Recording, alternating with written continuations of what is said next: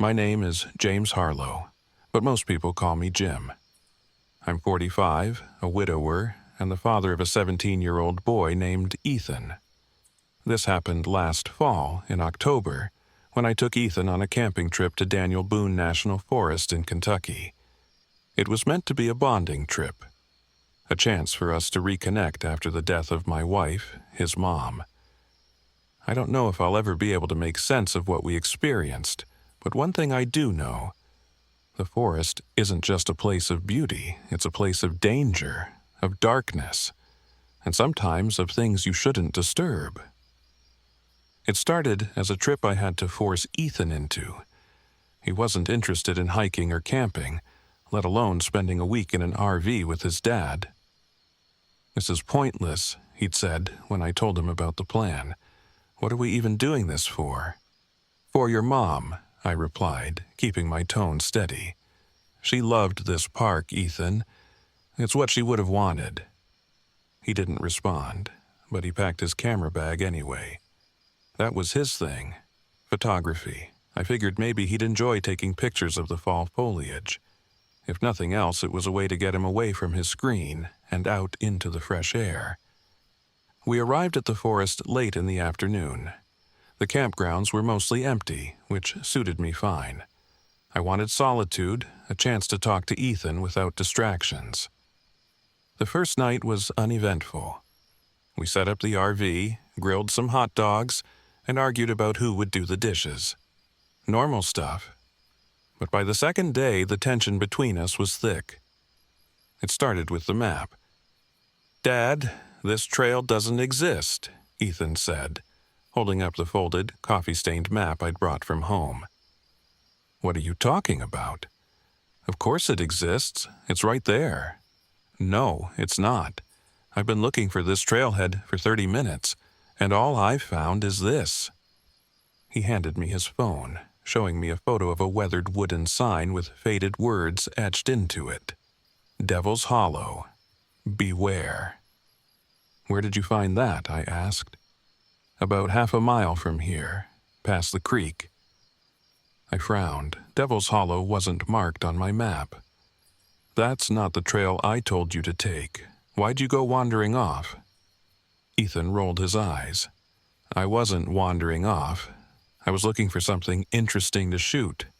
This is the only interesting thing around here." He was right, in a way.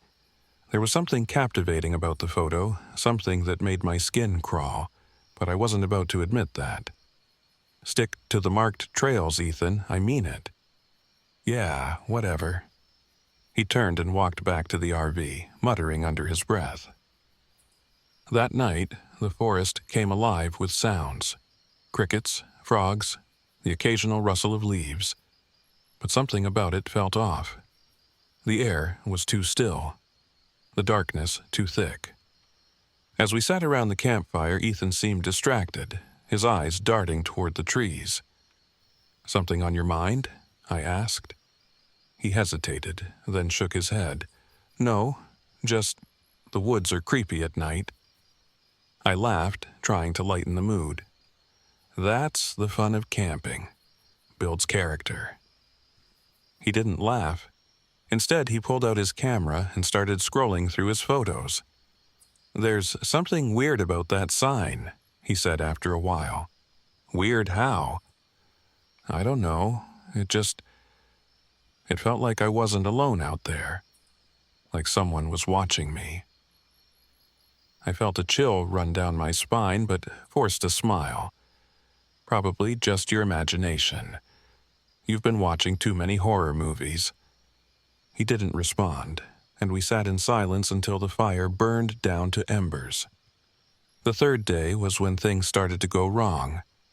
It began with the generator. When I went to turn it on that morning, it sputtered and died. I checked the gas, plenty. Checked the connections, secure. But no matter what I did, it wouldn't start. "Guess we're roughing it," I said, trying to make light of the situation. Ethan didn't even look up from his camera. Then we discovered the water tank had been contaminated. The smell hit us as soon as I opened the valve. a sour, metallic stench that made my stomach turn. I didn't know how it had happened, but it meant we were down to the few bottles of water we'd packed in the cooler. By midday, the tension between us had reached a boiling point. Ethan wanted to explore Devil's Hollow.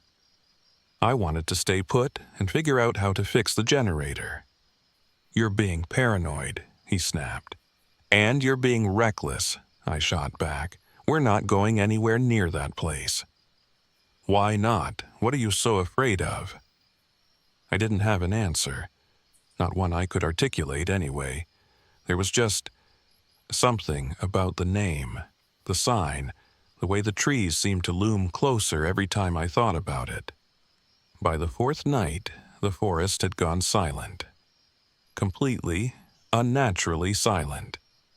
We sat in the RV, the only light coming from Ethan's camera as he flipped through his photos.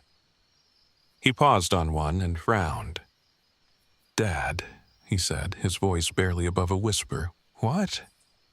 "Look at this." He handed me the camera. The photo showed the same wooden sign, Devil's Hollow, beware. But there was something in the background, something I hadn't noticed before. A figure.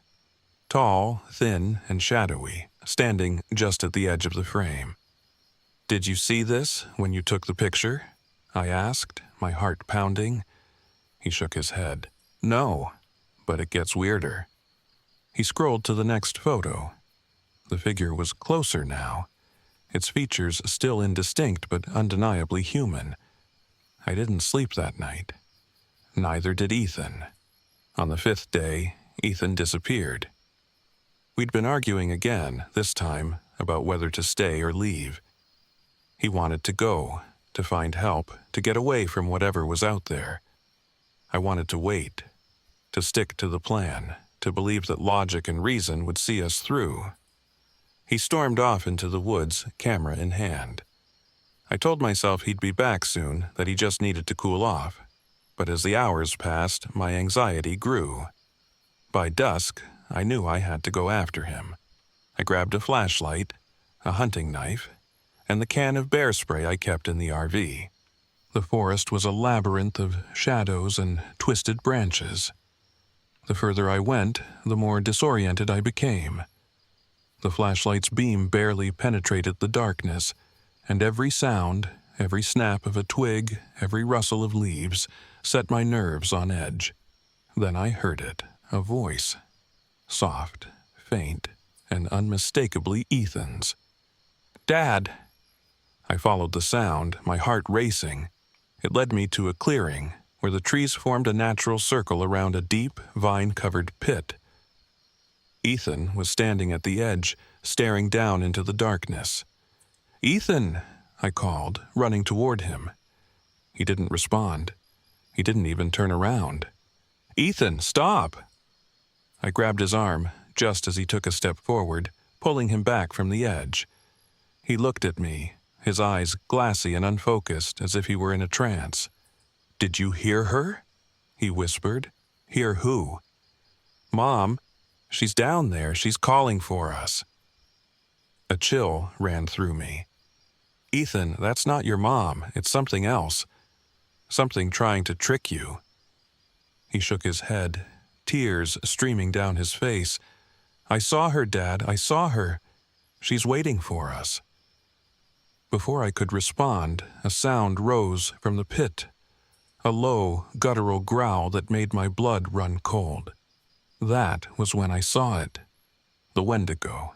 It emerged from the shadows, its skeletal frame towering over us. Its eyes glowed like embers, and its grin stretched impossibly wide, revealing rows of jagged teeth. I didn't think, I acted. I grabbed the can of bear spray and aimed it at the creature's face, pressing the trigger with all my strength. The spray hit its mark, and the wendigo let out a deafening screech, retreating into the darkness. "Run!" I shouted, pulling Ethan with me. We ran blindly through the forest, the creature's growls echoing behind us. Branches clawed at my skin, roots threatened to trip me, but I didn't stop. I couldn't stop. When we finally reached the RV, I slammed the door shut and locked it. Ethan collapsed onto the floor, sobbing.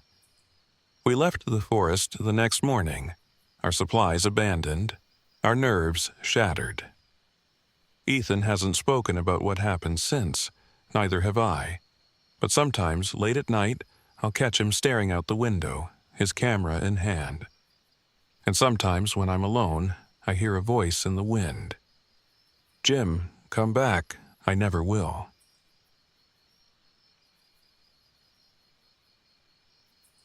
My name is Claire Bennett, and I'm 35. This happened last October during my solo road trip through the Pacific Northwest. I was parked in a remote campsite in the Columbia River Gorge, hoping to capture some breathtaking shots for my travel blog. It's something I've been working on for years, slowly building my portfolio and audience in hopes of landing a sponsorship. What happened to me out there? I'm not sure I'll ever post it online. It feels too real, too raw, and if I'm being honest, too terrifying. I arrived at the campground in the late afternoon, the sunlight breaking through the trees in golden streaks. The gorge was exactly as I imagined. Rugged cliffs, dense forests, and the sound of the river echoing in the distance. Perfect. Exactly the kind of place my readers would eat up. As I parked my RV, a ranger walked up from the main road. He was an older man, maybe in his 50s, with a weathered face and the kind of no-nonsense attitude that made you listen when he spoke. His name tag read Ranger Harris. "You staying here alone?" he asked, his eyes scanning the RV. "Yep, just me," I replied, trying to sound confident. "I'm a travel blogger. Thought I'd get some shots of the gorge for my site." He nodded slowly, but didn't look convinced. "Stay on the marked trails. And whatever you do, don't go exploring after dark. This forest isn't as empty as it looks." I laughed nervously, but his expression stayed serious. "What do you mean by that?" "There's been stories. People seeing things, hearing things." He shrugged, like he was trying to downplay it. "Most of it's nonsense, but every once in a while, someone goes missing. Just stick to the trails, and you'll be fine." I thanked him and watched as he walked back toward his truck. The warning stuck with me, but I pushed it aside. People love to tell ghost stories about places like this. It adds to the mystique, the allure. That evening, I met a young couple, Maya and Eric, at the shared fire pit near the campsite. They seemed friendly enough, and after we exchanged the usual pleasantries, the conversation turned to local legends. "You've heard about the Watchers, right?" Maya asked, her voice dropping to a conspiratorial whisper. "No," I said, leaning forward. "What's that?"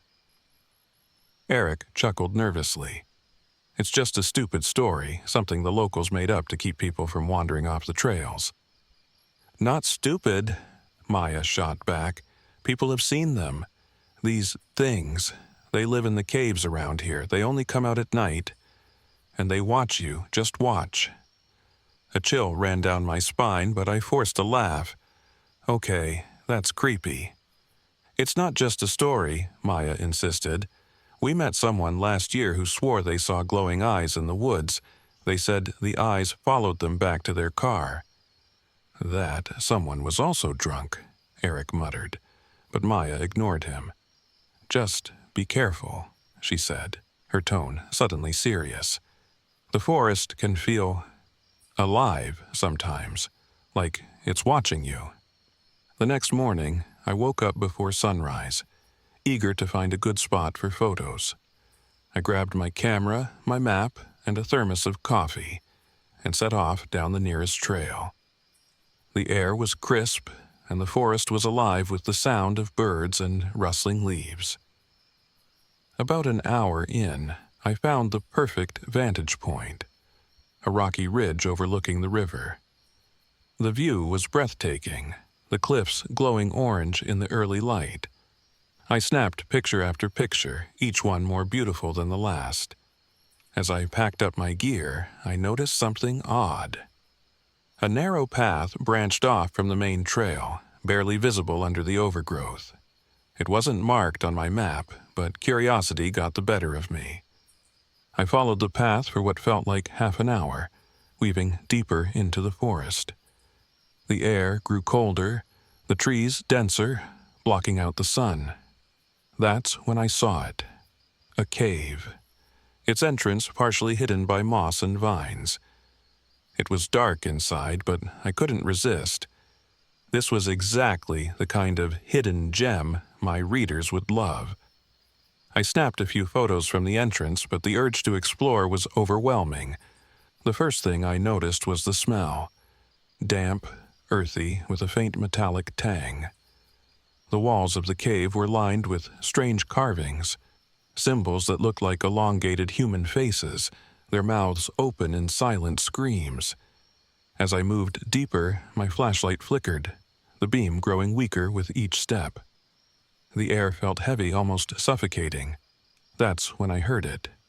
A faint clicking sound, like stones tapping together.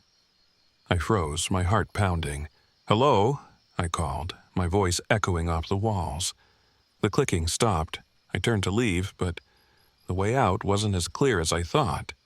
The narrow passage twisted and turned in ways I didn't remember, and the walls seemed to close in around me. That's when I saw the eyes. Two faintly glowing orbs just ahead in the darkness. They blinked, then disappeared, only to reappear closer. I backed away, my breath coming in short, panicked gasps. The clicking returned, louder now, coming from all directions. I stumbled, dropping my flashlight. The beam rolled across the floor, illuminating something that made my blood run cold. A pile of bones, picked clean and arranged in a crude circle. I grabbed the flashlight and ran, the clicking sounds following me, growing louder, faster. The passage seemed to stretch endlessly, the walls shifting and twisting as if the cave itself were alive. Finally, I burst out into the daylight, gasping for air. I didn't stop running until I reached my RV. That night, I locked every door and window, but I couldn't sleep. My hands shook as I reviewed the photos on my camera. Most were blurry, but one stood out. An image of the cave entrance, with the two faint, glowing eyes staring out from the shadows.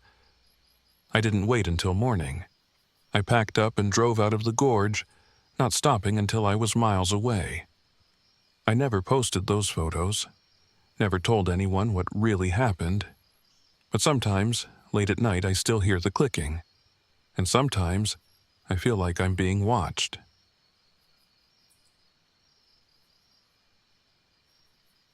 My name is Elliot Harper. I'm 28, a school teacher from Asheville, North Carolina. And last summer, I decided to take a solo trip to the Great Smoky Mountains.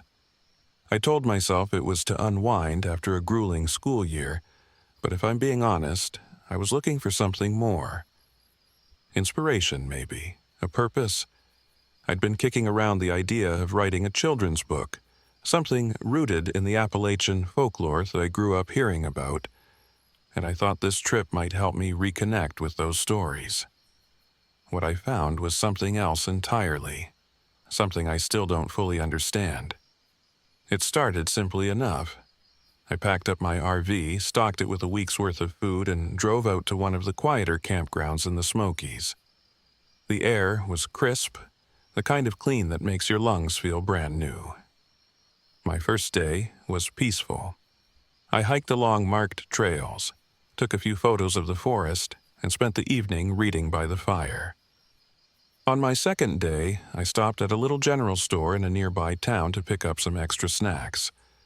The place was cluttered and smelled faintly of mothballs, but the old woman behind the counter, Martha Hensley, greeted me warmly. She had the kind of face that looked like it belonged to the mountains, weathered, kind, but with a sharpness in her eyes. "Where you camped?" she asked as she rang up my things. "Down near Bluebird Hollow," I replied. She paused, her hands hovering over the cash register. "That's close to the old mist trails." I raised an eyebrow. "Mist trails?" Martha leaned in a little, lowering her voice like she didn't want anyone else to hear. Folks around here don't like to talk about it much, but there's stories about children, ones that got lost in the mountains years back. They say when the mist rolls in, you can still hear them laughing and crying. Some say they're just spirits, but others think. She trailed off, her eyes darting toward the window. Think what? I pressed. She shook her head. Never mind, just stay on the marked trails, okay? And don't follow any voices.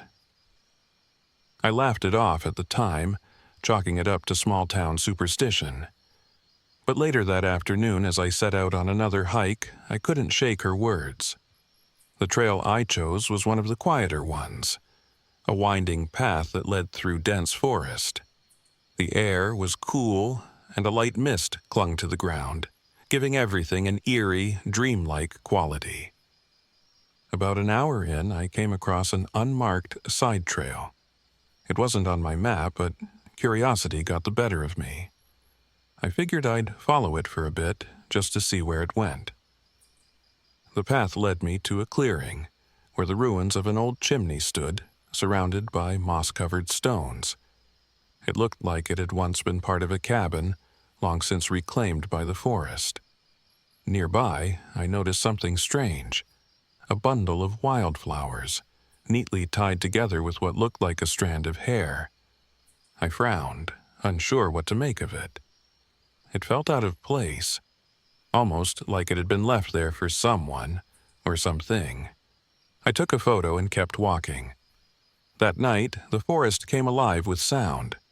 Crickets, rustling leaves, the occasional hoot of an owl. But just as I was drifting off to sleep in my RV, the noises stopped. Completely. It was the silence that woke me. I sat up, my heart pounding, and strained to listen. That's when I heard it, a faint, high-pitched giggle just outside. I froze, every muscle in my body tense. Another giggle followed, closer this time. Slowly, I reached for my flashlight and clicked it on. The beam swept across the trees, but there was nothing there. Then I saw it. A small bundle of flowers, identical to the one I'd seen near the chimney, sitting on the RV's steps. The next morning, I told myself it was probably just a prank. Maybe some other camper had seen me wandering around and decided to mess with me, but deep down, I didn't believe that. Still, I tried to put it out of my mind. I spent the day hiking further into the mountains, taking photos and jotting down notes for my book. But as the afternoon wore on, the mist thickened, swirling around me in heavy clouds. That's when I heard the laughter again. It started faint, barely audible over the crunch of my boots on the trail, but as I kept walking, it grew louder, coming from somewhere ahead. "Hello?" I called out, my voice echoing through the trees. No response, just more laughter, followed by the soft patter of footsteps. I should have turned back. Every instinct told me to. But instead, I pressed on, my curiosity overriding my fear. The trail led me to another clearing, where a single gnarled tree stood. Hanging from its branches were dozens of small objects, wooden dolls, tiny shoes, rusted harmonicas. Beneath the tree was a large, flat rock, covered in what looked like carvings of stick figures. I reached for my camera, desperate to document the scene, but as I raised it to my eye, I saw movement in the mist. Small shapes darting between the trees. "Who's there?" I called, my voice shaking. This time I got an answer. A child's voice, soft and distant. "Play with us." I don't remember running, but suddenly I was back on the main trail, my chest heaving and my legs burning. The mist seemed to follow me, wrapping around the trees like a living thing. By the time I reached my RV, the sun was setting, casting long shadows across the campground. I locked the doors and windows, every nerve in my body on edge. That night, I dreamt of the tree, the carvings, the laughter, and when I woke up, I wasn't in my bed. I was outside, standing in the clearing, with the wooden doll in my hand. The next morning, I packed up and left. I didn't care about the photos, the book, or anything else. I just wanted to get out of there. But as I drove away, I couldn't shake the feeling that I was being watched. And when I stopped at a gas station hours later, I found the doll sitting on the passenger seat, its wooden eyes staring back at me. I burned it that night, but sometimes when I'm alone I still hear the laughter. And sometimes I see their shapes in the mist.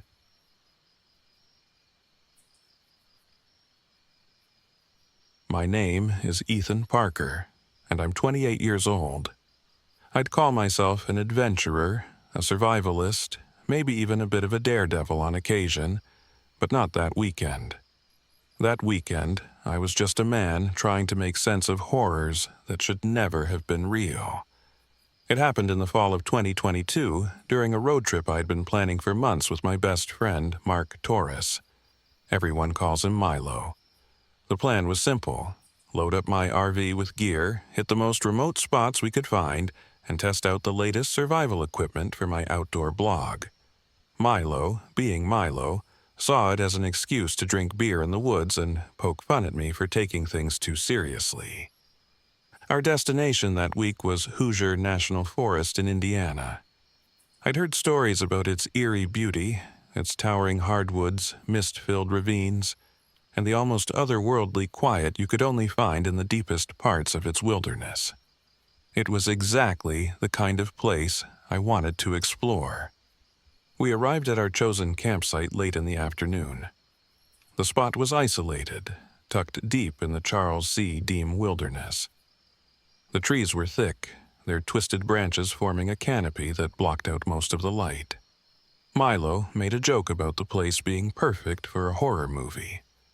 I forced a laugh, but couldn't shake the unease that had crept into my chest since we arrived.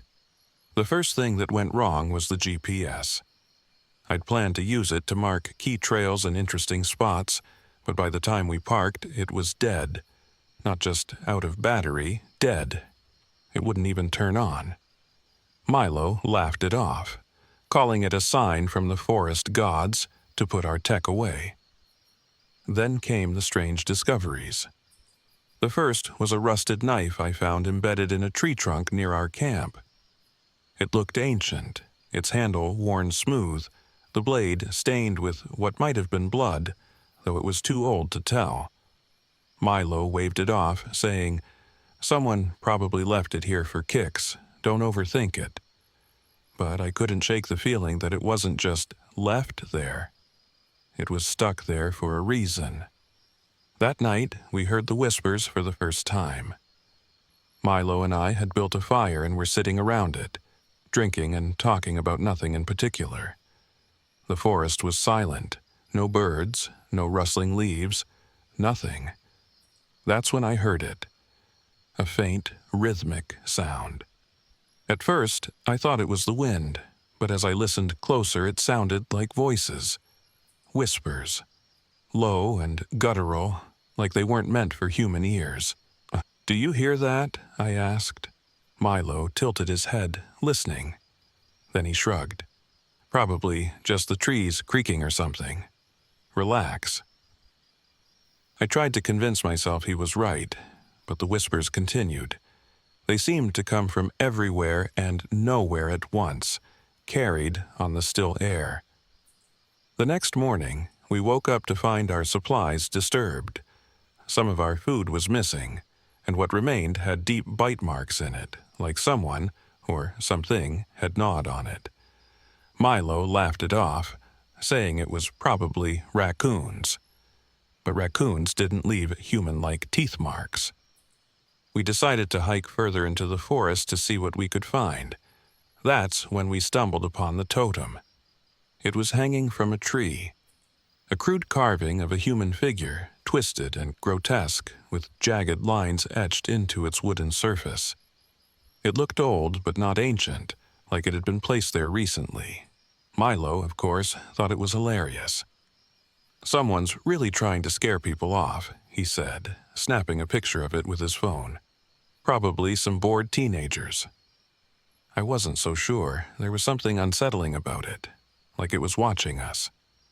That night, the whispers returned, louder this time. They were accompanied by something else. Drumming. Faint at first, but growing louder and more rhythmic as the night wore on. It sounded ceremonial, almost like a heartbeat. "Okay, I'll admit, that's a little creepy," Milo said, cracking open another beer. We sat in silence, listening to the drumming. Then came the footprints. I found them just beyond the campfire's glow. Human footprints, but with toes that were too long and claw-like. They seemed to appear out of nowhere, leading deeper into the forest. "All right, this is getting weird," Milo said, his usual humor gone. "Maybe we should pack up and leave." I agreed, but it was already too late. Around midnight, Milo disappeared. One minute he was there, sitting by the fire. The next, he was gone. I called his name, but there was no response. I grabbed my flashlight and started searching. I found a trail of blood leading away from the campsite, and my stomach turned. The trail led to a cave entrance, hidden behind a thick curtain of vines. The whispers were louder here, almost deafening. "Milo?" I called, my voice trembling. No answer. Just the whispers and the faint sound of dripping water. I stepped into the cave, and that's when I saw them. They were humanoid, but wrong in every way. Their skin was stretched tight over skeletal frames, their eyes hollow and black. Their mouths were filled with jagged teeth, and they moved with an unnatural grace. They were gathered around a crude stone altar, gnawing on bones that looked disturbingly human. And there, at the center of the altar, was Milo. He was barely alive, his body broken and bloody. The creatures were tearing into him, piece by piece, as he let out weak, gurgling cries. I froze, my heart pounding in my chest. Then one of the creatures turned and looked at me. Its hollow eyes seemed to pierce straight through me. I didn't think, I just ran. The whispers followed me, growing louder and more frenzied. I could hear the creatures behind me, their footsteps unnaturally fast and light. The forest seemed to close in around me, the trees forming a labyrinth designed to trap me. I reached the RV and fumbled with the keys, my hands shaking. I could see the creatures in the distance, their skeletal forms illuminated by the moonlight. The engine sputtered to life, and I floored it. I drove until the sun rose, not daring to stop. When I finally pulled into a gas station, I noticed scratches on the side of the RV, deep gouges that hadn't been there before. I tried to tell the authorities about Milo, but they found no trace of him. No blood, no cave, nothing. Just the rusted knife I'd seen before, lying in the middle of our abandoned campsite. I never went back to Hoosier National Forest. To this day, I can still hear the whispers when the wind is just right, and every time I close my eyes, I see those hollow, black eyes staring back at me.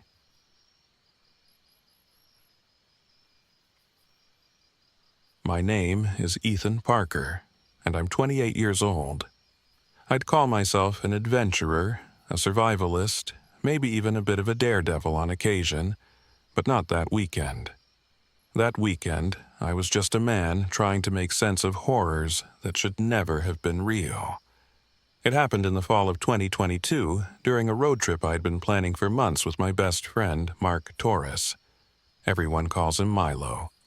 The plan was simple: load up my RV with gear, hit the most remote spots we could find, and test out the latest survival equipment for my outdoor blog. Milo, being Milo, saw it as an excuse to drink beer in the woods and poke fun at me for taking things too seriously. Our destination that week was Hoosier National Forest in Indiana. I'd heard stories about its eerie beauty, its towering hardwoods, mist-filled ravines, and the almost otherworldly quiet you could only find in the deepest parts of its wilderness. It was exactly the kind of place I wanted to explore. We arrived at our chosen campsite late in the afternoon. The spot was isolated, tucked deep in the Charles C. Deem wilderness. The trees were thick, their twisted branches forming a canopy that blocked out most of the light.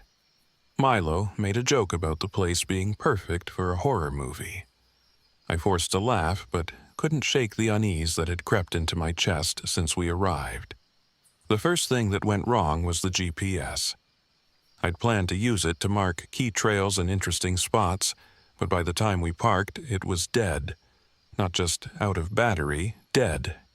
It wouldn't even turn on. Milo laughed it off, calling it a sign from the forest gods to put our tech away.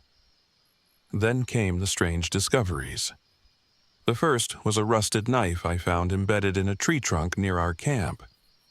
It looked ancient, its handle worn smooth, the blade stained with what might have been blood, though it was too old to tell. Milo waved it off, saying, "Someone probably left it here for kicks. Don't overthink it." But I couldn't shake the feeling that it wasn't just left there. It was stuck there for a reason. That night, we heard the whispers for the first time. Milo and I had built a fire and were sitting around it, drinking and talking about nothing in particular. The forest was silent, no birds, no rustling leaves, nothing. That's when I heard it. A faint, rhythmic sound.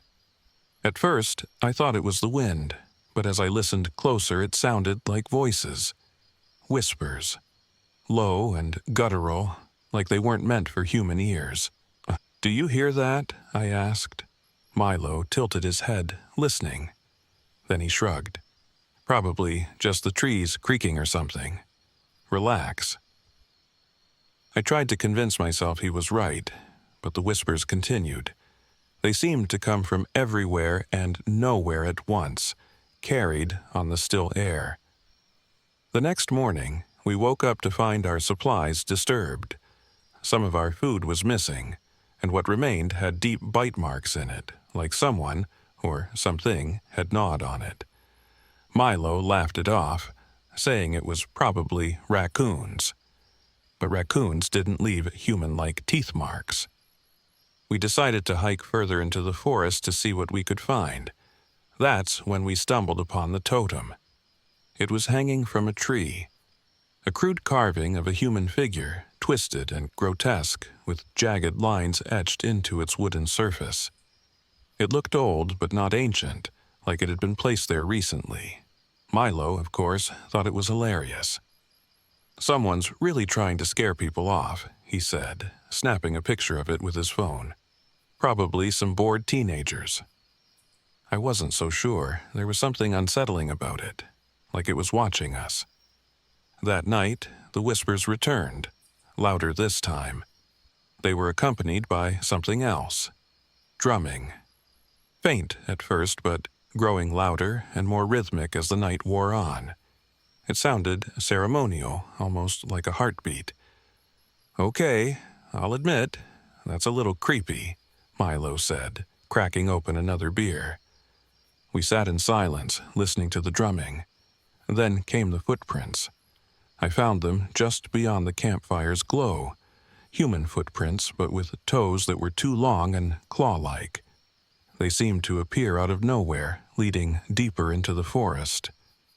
"All right, this is getting weird," Milo said, his usual humor gone. "Maybe we should pack up and leave." I agreed, but it was already too late. Around midnight, Milo disappeared. One minute he was there, sitting by the fire. The next, he was gone. I called his name, but there was no response. I grabbed my flashlight and started searching. I found a trail of blood leading away from the campsite, and my stomach turned. The trail led to a cave entrance, hidden behind a thick curtain of vines. The whispers were louder here, almost deafening. "Milo?" I called, my voice trembling. No answer. Just the whispers and the faint sound of dripping water. I stepped into the cave, and that's when I saw them. They were humanoid, but wrong in every way. Their skin was stretched tight over skeletal frames, their eyes hollow and black. Their mouths were filled with jagged teeth, and they moved with an unnatural grace. They were gathered around a crude stone altar, gnawing on bones that looked disturbingly human. And there, at the center of the altar, was Milo. He was barely alive, his body broken and bloody. The creatures were tearing into him, piece by piece, as he let out weak, gurgling cries. I froze, my heart pounding in my chest. Then one of the creatures turned and looked at me. Its hollow eyes seemed to pierce straight through me. I didn't think, I just ran. The whispers followed me, growing louder and more frenzied. I could hear the creatures behind me, their footsteps unnaturally fast and light. The forest seemed to close in around me, the trees forming a labyrinth designed to trap me. I reached the RV and fumbled with the keys, my hands shaking. I could see the creatures in the distance, their skeletal forms illuminated by the moonlight. The engine sputtered to life, and I floored it. I drove until the sun rose, not daring to stop.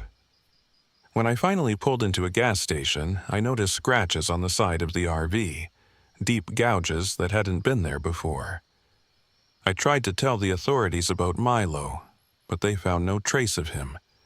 No blood, no cave, nothing. Just the rusted knife I'd seen before, lying in the middle of our abandoned campsite. I never went back to Hoosier National Forest. To this day, I can still hear the whispers when the wind is just right, and every time I close my eyes, I see those hollow, black eyes staring back at me.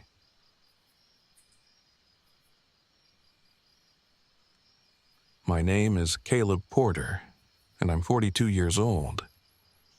I used to think I was good at compartmentalizing pain and putting tragedy into a neat little box and burying it deep. But some things don't stay buried, and what happened to me last fall at Ironwood Creek reminded me of that. It wasn't just about what I saw or what I heard, but about how the place seemed to crawl under my skin, dragging out every regret I thought I'd left behind. I was burned out. For the past 2 decades, I'd worked as a photojournalist, documenting wars, famines, and disasters. I'd seen humanity at its worst, and over time, the images I captured started feeling like weights pressing on my chest. But it was Daniel's death that finally broke me. He was my best friend, my partner on countless assignments. One bad decision, mine, and he was gone. So, I quit. Packed up my camera gear and bought a second-hand RV, thinking I'd rediscover my passion by exploring the quiet, untouched corners of America. Ironwood Creek, Michigan, was supposed to be one of those places, a hidden gem tucked within the Ottawa National Forest.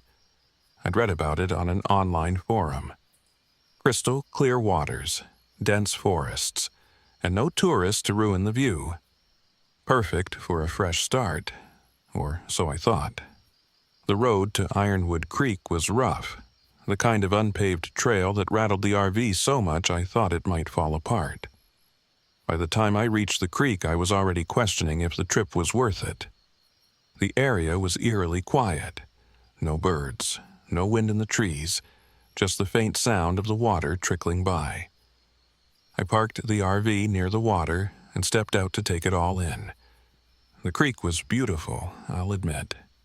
The water was so clear you could see the rocks and moss at the bottom, and the surrounding forest felt untouched, ancient. But there was something off about the place. The silence wasn't peaceful, it was oppressive, like the entire area was holding its breath. Still, I shook off the feeling and started setting up camp. It started the first night. I was sitting by the fire reviewing some of the photos I'd taken earlier. The stillness around me was absolute, the kind of quiet that made every little sound seem magnified. That's when I heard it. A faint humming. At first I thought it was the wind, but it wasn't random, it had a melody. Soft, almost soothing, but with an undercurrent of sadness that made the hairs on my arms stand up. I turned off my camera and listened. The humming was coming from the creek. I grabbed my flashlight and walked to the water's edge. There was no one there. Just the creek, glinting faintly under the moonlight. The next morning, I found my camera sitting in the creek. I was sure I'd left it in the RV the night before, but there it was, half submerged in the water. Somehow, it still worked, though the memory card was corrupted. Every photo I'd taken was gone. I told myself it was nothing. A lapse in memory, maybe, and carried on. By the second night, the humming had grown louder. It was no longer just a faint melody. It was a song. A woman's voice, soft and mournful, drifting through the air. Then came the whispers. They were faint at first, like a breeze brushing against my ear, but soon they became clearer. Voices, multiple, overlapping, calling my name. "Caleb." I froze. The flashlight shook in my hand as I scanned the darkness. The voices seemed to come from everywhere and nowhere at once. That's when I saw him. Daniel. He was standing on the opposite side of the creek, just beyond the trees, his silhouette barely visible in the moonlight. My chest tightened, and I stepped closer to the water. "Daniel?" I called out. He didn't respond. He just stood there motionless, staring at me. I waded into the creek, the icy water soaking through my boots. But as soon as I took a step toward him, he vanished. By the third day, I couldn't tell what was real anymore. I'd wake up to find wet footprints around the RV, leading from the creek to my door. My drone, which I'd been using to take aerial shots, refused to work near the water. And the song, it was constant now, drifting through the air like a siren's call.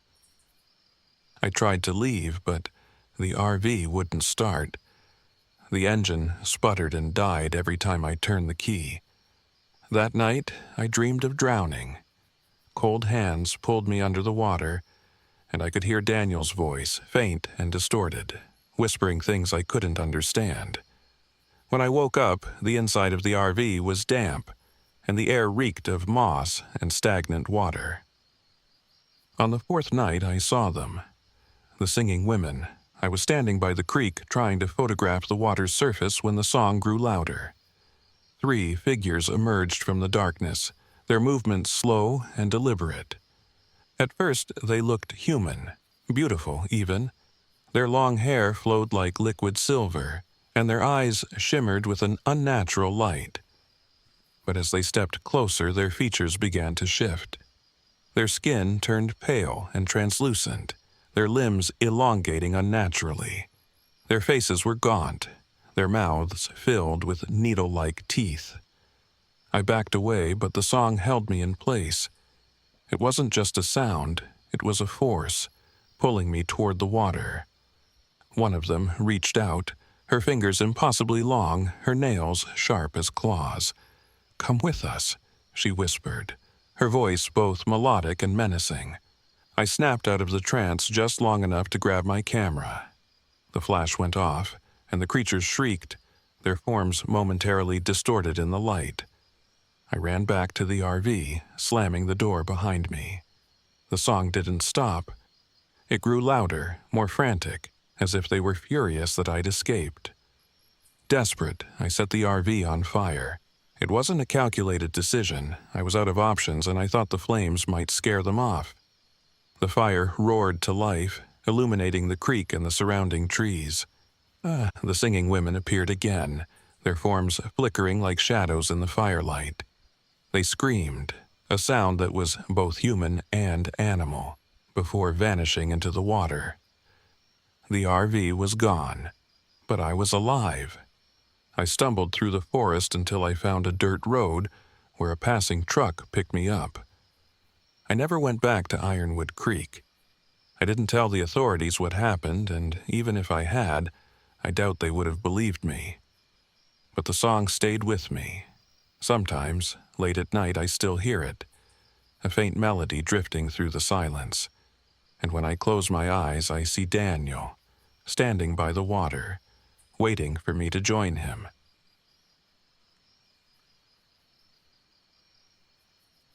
My name is Michael Thompson. I'm 45 years old, and this happened in the summer of 2022 when my family and I were on a cross-country RV trip. At the time, I thought this trip would be the reset we needed, a way to escape the chaos of our suburban life and reconnect. Instead, it became a nightmare I'll never forget. It all started when we arrived at a secluded campground in the Adirondack Mountains. My wife, Linda, had insisted on adding this spot to our itinerary after seeing a travel blog about the area's natural beauty. She said it would be good for the kids to unplug. Our son Eric, who was 17 and glued to his phone, rolled his eyes at the idea. Our daughter Jess, 14, was less resistant. She liked nature, though she was quiet about it, always snapping photos on her old DSLR camera. We were coming off a tense morning. The RV battery had died unexpectedly the night before, leaving us without air conditioning or power for hours. I fixed it, but the incident put everyone in a bad mood. When we finally pulled into the campground, Linda sighed with relief. "This place is perfect," she said. The spot was nestled deep in the forest, with towering pines that seemed to stretch endlessly into the sky. The air was crisp, and the only sound was the rustling of leaves in the breeze. A grizzled park ranger named Bill Hansen greeted us near the entrance. He looked like he'd been working these woods for decades. Sun-worn face, faded uniform, and a rifle slung over his shoulder. "Y'all picked an isolated spot," he said with a dry chuckle. "Don't wander off the marked trails. Folks get lost out here more than you'd think." I laughed it off. "We'll be fine. We've got a GPS and a map." Bill didn't laugh back. Instead, he leaned in closer and lowered his voice. "Listen, just stay put, and if you see anything strange, don't go investigating. This land has a history." "What kind of history?" Linda asked, her face clouding with concern. Bill shrugged, his tone evasive. "Old stuff. Tribal legends. Folks around here call them the Hollow Ones, but you'll be fine if you stick to the trails." His words left an uneasy feeling in my gut, but I brushed it off as local superstition. That first night, things started small, things you could explain away if you tried hard enough. Jess found some strange totems hanging from a tree near our campsite. They were crude figures made of sticks, feathers, and bones. She thought they were fascinating and took pictures. I told her not to touch them. "Probably just someone's idea of art," I said, though the sight of them made my skin crawl. Later, as we sat around the campfire, Eric complained about the lack of cell service. "This place sucks," he muttered, poking at the fire with a stick. Linda shot him a look. "Can you just try to enjoy this, Eric? It's not all about Wi-Fi." I tried to lighten the mood. "You've got to admit, it's peaceful out here. No traffic, no noise, just us and the stars." But even as I said it, I couldn't shake the feeling that something was off. The usual nighttime sounds of the forest, crickets, frogs, the distant hoot of an owl, were absent. It was too quiet, as if the woods were holding their breath. The next morning, Jess showed us some photos she'd taken. Most were of the forest, but one picture stopped me cold. It showed the totems she'd found, but in the background, barely visible between the trees, was a shadowy figure. It looked human, but its proportions were wrong. Too tall, too thin, with elongated limbs. "It's probably just a trick of the light," I said, forcing a laugh. "Or maybe someone camping nearby." Linda frowned. "We haven't seen anyone else out here." Eric rolled his eyes. "It's obviously just a shadow, guys. Can we stop making everything creepy?" We spent the day hiking, but the sense of unease grew stronger. At one point, we passed a small clearing and Jess stopped to take more pictures. That's when I noticed something strange. Carvings on the trees. They were symbols I didn't recognize, jagged and angular, etched deep into the bark. I asked Jess to stay close, but she seemed drawn to the carvings, her camera clicking away. That night, the silence was even worse. Linda and I sat in the RV while the kids were in the back. The flickering of our battery-powered lantern only added to the tension. Then we heard it, the faint sound of chanting, carried on the wind. It was low and rhythmic, coming from the direction of the woods. "What the hell is that?" I whispered. Linda shook her head, her eyes wide. "Do you think it's other campers?" I didn't answer. Deep down, I knew it wasn't. The turning point came around midnight. We were all asleep when I woke to the sound of scratching on the side of the RV. It was faint at first, like branches brushing against the metal. But then it grew louder, more deliberate. I grabbed a flashlight and stepped outside, heart pounding. The forest was pitch black, and the beam of my flashlight seemed to barely cut through the darkness. "Hello?" I called, my voice trembling. There was no response, but I caught a glimpse of something moving between the trees. It was fast, too fast to be an animal. I hurried back inside and locked the door. "What was it?" Linda asked. "I don't know," I admitted. "Probably nothing." The next morning, we found footprints around the RV. They were human, but larger than any I'd ever seen, with long narrow toes that ended in claw-like points. Eric laughed nervously. "Okay, that's creepy, but it's probably just some weirdo messing with us, right?" Linda wasn't convinced. "We need to leave. Today." But we couldn't. The RV wouldn't start. No matter what I tried, the engine wouldn't turn over. I checked the battery, the spark plugs. Everything seemed fine. It was as if the vehicle just didn't want to leave. That night, things escalated. Jess woke us up, shaking and pale. "I heard Eric," she whispered. "He was outside." "What?" I bolted upright. "I heard him." She insisted. He was calling my name, but it didn't sound right. We rushed to Eric's bed and found it empty. The panic was immediate. Grabbing flashlights, we ran into the woods calling his name. The forest seemed to close in around us, the trees like towering sentinels blocking the faint moonlight.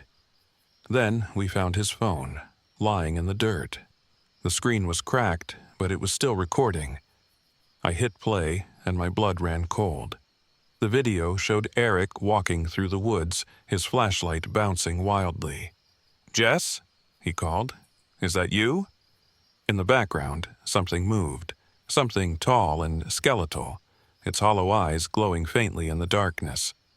The video ended abruptly. "Michael," Linda whispered, clutching my arm, "what are we going to do?" We stumbled back to the RV, desperate and terrified. The chanting started again, louder this time and closer. Shadows moved in the tree line, circling us. I grabbed the tire iron from the RV and stood guard at the door, though I knew it was useless. Then the ranger appeared, rifle in hand. "Get in!" he barked. "Now!" He led us down an old, overgrown trail, the shadows closing in behind us. "What are they?" I demanded, my voice shaking. "Spirits," he said grimly, "or what's left of them, the hollow ones. They're bound to this land, hungry for anyone who trespasses too long." We didn't ask more. We didn't need to. We made it out alive, but Eric was never found. Weeks later, hikers discovered his torn jacket near the same clearing where Jess had taken the photo of the totems. Linda and I barely speak about what happened, though sometimes I catch her staring into the woods behind our house, as if expecting to see something watching. As for me, I've stopped camping. There are places in this world that aren't meant for people. Places that hold on to their past, their darkness, and their hunger. The Adirondacks is one of them, and if you're wise, you'll stay far, far away.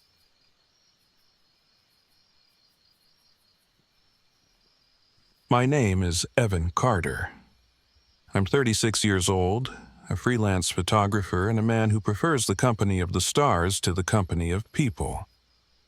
This happened in October of 2022, during what should have been a simple work trip to Canyonlands National Park, Utah. I was on assignment for a travel magazine, chasing the perfect shot of the night sky. But what I found in the desert went far beyond anything I could have imagined. Something that still haunts me every time I close my eyes. I arrived at Canyonlands late in the afternoon. The vast red rock formation stretched endlessly, the shadows growing long as the sun dipped closer to the horizon. I'd visited plenty of remote places before, but something about this park felt different, quieter, heavier, as though the very air carried secrets it refused to share. The visitor center was nearly empty when I pulled my RV into the lot. A tired-looking park ranger greeted me at the desk. His name tag read Nathan Yates. "You camping overnight?" he asked, his tone brisk but polite. "Yeah," I said. "I'm here for some astrophotography. I read the skies out here are incredible." "They are," Nathan said, though he didn't smile. "But you'll want to stay near the main campgrounds. Don't wander too far." I raised an eyebrow. "Why? Bears? Mountain lions?" He hesitated, glancing out the window at the fading light. "Just, people get lost out here sometimes. The desert's tricky like that. And some folks talk about strange lights. Local legend." I chuckled, trying to lighten the mood. What kind of strange lights? Nathan gave me a long, measured look. "The kind that lead you where you don't want to go." I wasn't sure if he was messing with me or just trying to scare a tourist, but I shrugged it off. I thanked him, grabbed a map, and drove deeper into the park. I found a secluded spot off a dirt road, miles from the nearest campsite. The solitude was perfect. I set up my camera gear as the last traces of daylight faded, and soon the stars emerged, dazzling, infinite, and undisturbed by the glow of civilization. This was why I did what I did. The peace, the silence, the feeling of being a tiny speck in an impossibly vast universe. Around midnight, as I was snapping long exposure shots of the Milky Way, I noticed something unusual. To the west, faint orbs of light hovered above the horizon. They shimmered like heat waves, pulsating softly in colors that shifted between blue, green, and gold. At first, I thought they were distant headlights or maybe some kind of atmospheric effect. But as I watched, the lights moved, floating higher, weaving patterns that no car or natural phenomenon could replicate. "Swamp gas," I muttered to myself, though I didn't believe it. I turned my camera toward the lights and zoomed in. Through the lens, they seemed almost alive, like they were aware of being watched. The longer I stared, the heavier the air felt, as though the world was pressing down on me. A chill ran up my spine and I turned away, telling myself I'd investigate in the morning. The next day, I decided to explore a nearby canyon marked on my map. The GPS in my RV had started acting up, displaying distorted coordinates that didn't match the map, but I figured it was just a glitch. I grabbed my gear and hiked toward the canyon, eager to capture more shots of the rugged landscape. As I walked, the wind picked up, carrying faint whispers that seemed to echo off the rocks. I stopped several times looking around, but there was no one there. Just the endless red desert, silent and vast. I reached the canyon by late afternoon. The walls were etched with ancient petroglyphs, spirals, animal figures, and humanoid shapes with halos of light around their heads. The carvings were mesmerizing, and I couldn't resist taking photos. The longer I looked, the more I noticed how strange the figures were. their limbs too long, their faces featureless. I felt like I was being watched. As dusk approached, the carvings began to glow. It was faint at first, just a soft shimmer that I thought might be reflected sunlight. But as the shadows deepened, the glow grew stronger, the spirals seeming to pulse in time with my heartbeat. I backed away, my unease growing, and started the hike back to my RV. That night, the lights returned, brighter and closer than before. I watched them from inside the RV, my camera rolling. They moved in rhythmic patterns, almost like a dance, and I couldn't look away. Then I heard it, a voice. "Evan." It was faint, almost swallowed by the wind, but it was unmistakable. My ex-wife's voice. Jessie. She was hundreds of miles away back in California, and yet there she was, calling my name. My rational brain screamed that it was impossible, but my heart ached at the sound of her voice. "Evan, I need you." Against every instinct, I opened the door and stepped outside. The lights were closer now, just beyond the edge of the campfire's glow. They pulsed and swayed, beckoning me forward. I followed, my flashlight barely cutting through the darkness. The voice grew stronger as I walked, filling my head with memories of Jessie, her laugh, her smile, the way she used to brush her hair behind her ear when she was nervous. "Why did you leave me?" the voice asked, and I couldn't tell if it was Jessie or my own guilty conscience. The lights led me to the mouth of a cave I hadn't noticed before. The air was colder here, and the ground was littered with bones. Animal, I hoped. The petroglyphs inside the cave glowed even brighter than the ones in the canyon, casting eerie shadows on the walls. I should have turned back, but I couldn't. Something was pulling me forward. Inside the cave, I found something that made my blood run cold. A pile of belongings. Shoes, backpacks, cameras, all left behind by people who had been here before me. There were journals, too, their pages filled with frantic, scrawled warnings. "Don't follow the lights. It feeds on you. Turn back before it's too late." I stumbled backward, panic setting in, but the lights appeared again, filling the cave with their hypnotic glow. They merged, forming a humanoid shape made entirely of shimmering, multicolored light. It had no face, but I felt its gaze boring into me, stripping away every layer of my being. "Why are you here?" the figure asked, its voice a distorted echo of Jessie's. "What do you want?" My voice cracked. "I don't know." The figure reached toward me, and I felt a crushing weight in my chest, as though it was pulling the very life out of me. My vision blurred, and for a moment I saw flashes of my life.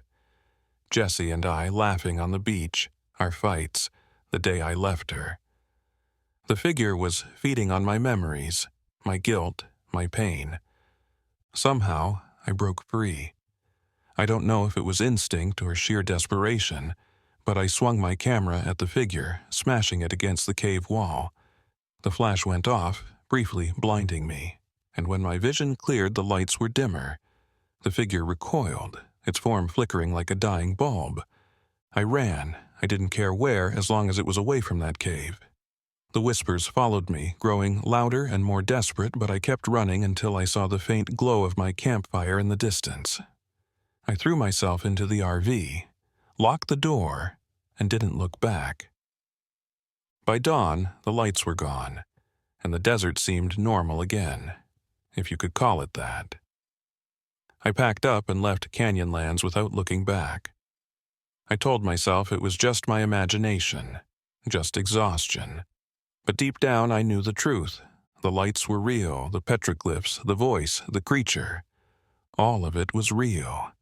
And if you ever find yourself in the remote corners of Canyonlands, alone under the stars, do yourself a favor. Don't follow the lights, because they're watching. And they're waiting.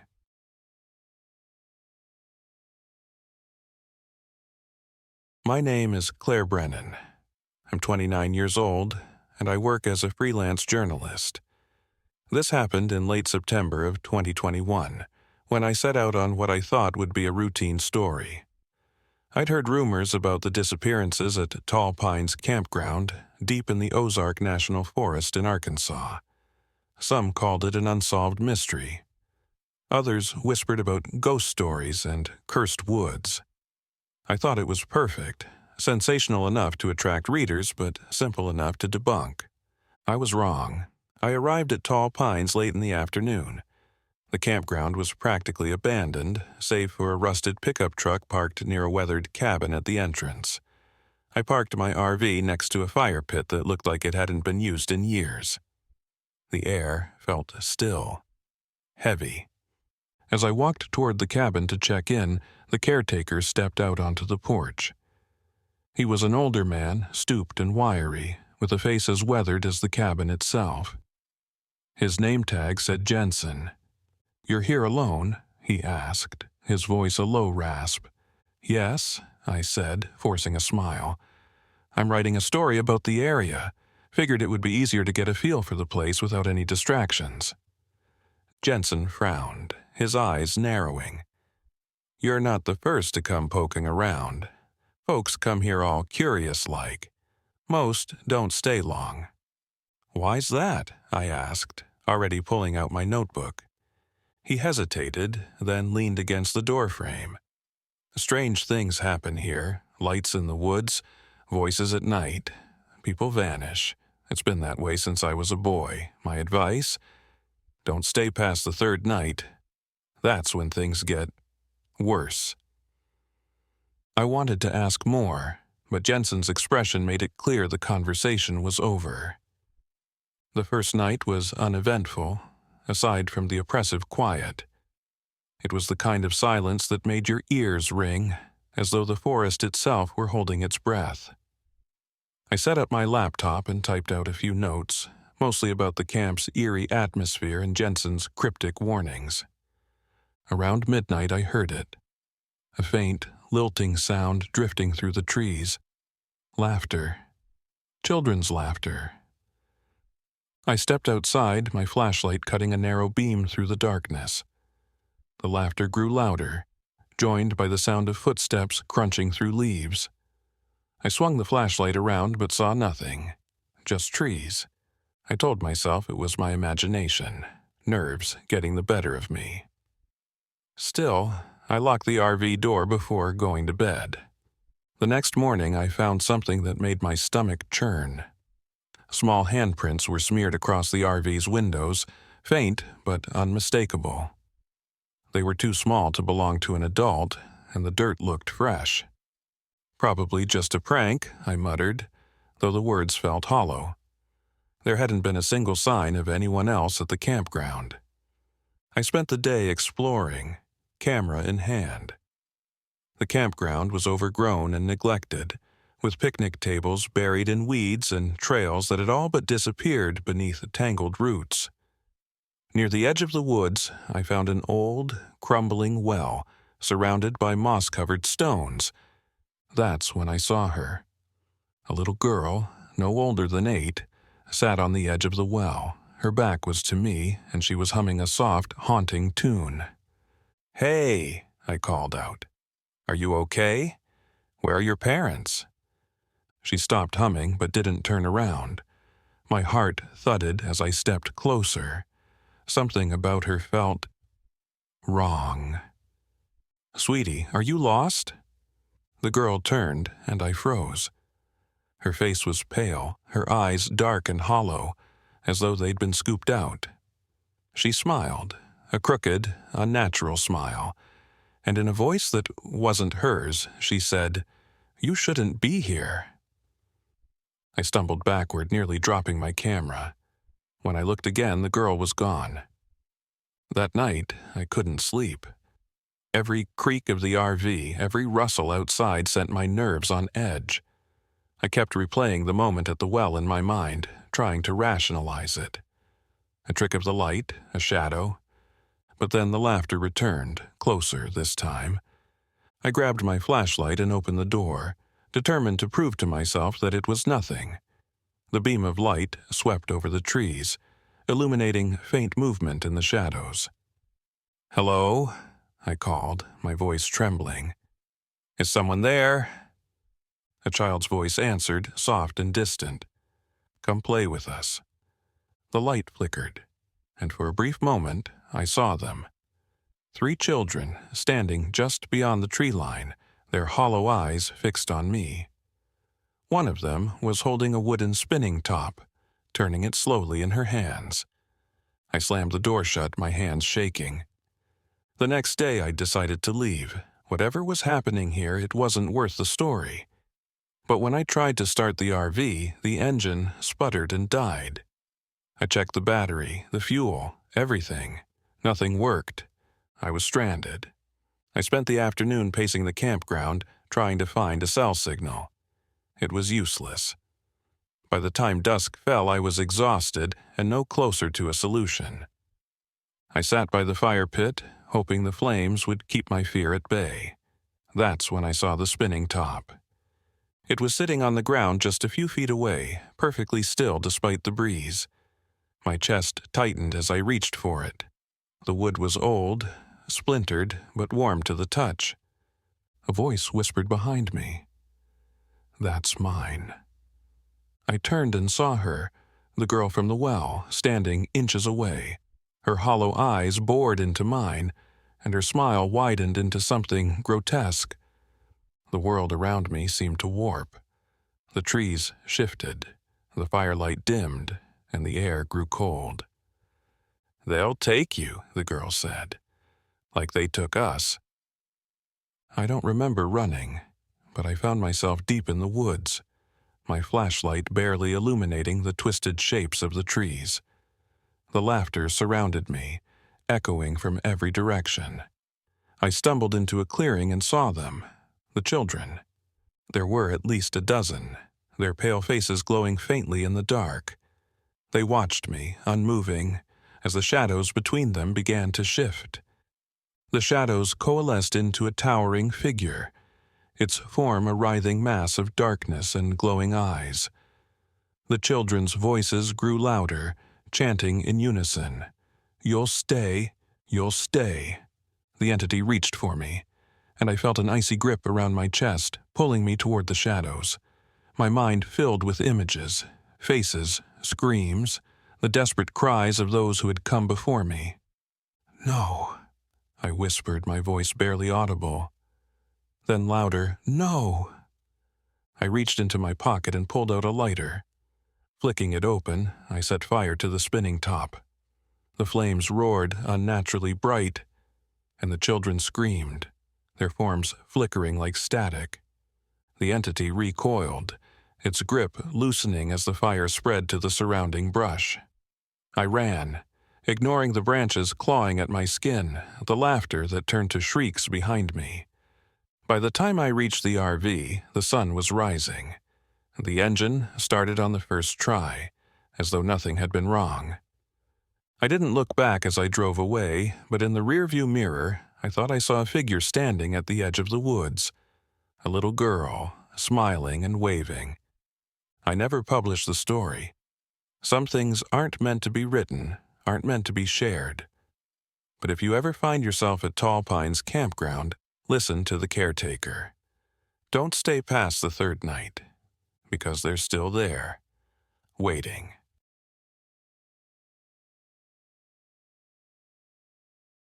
My name is James Whitaker, and I was 43 years old when this happened. It was supposed to be a bonding trip with my family. Just a week out in the wilderness of the Adirondacks, away from the chaos of work, screens, and the suffocating noise of modern life. I thought it would bring us closer. I was wrong. This happened in the fall of 2023. I had rented an RV and planned a route deep into the forest, far from the overcrowded tourist spots. The idea was simple.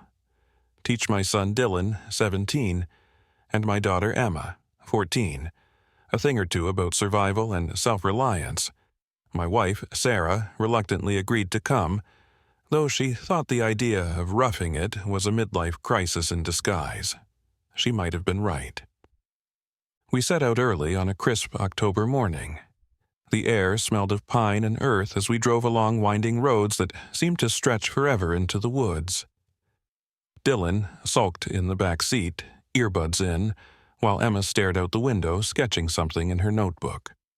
Sarah sat beside me, her arms crossed, and said for the 100th time, "You really had to pick the middle of nowhere, didn't you?" "This isn't the middle of nowhere," I replied, forcing a smile. "It's the Adirondacks, untouched wilderness. You'll see, it's going to be great."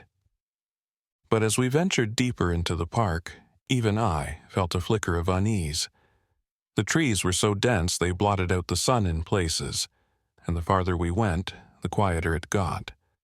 No birds, no wind, just the crunch of tires on gravel. Eventually, we pulled into a clearing I'd scouted online, a secluded spot by a lake, perfect for fishing and hiking.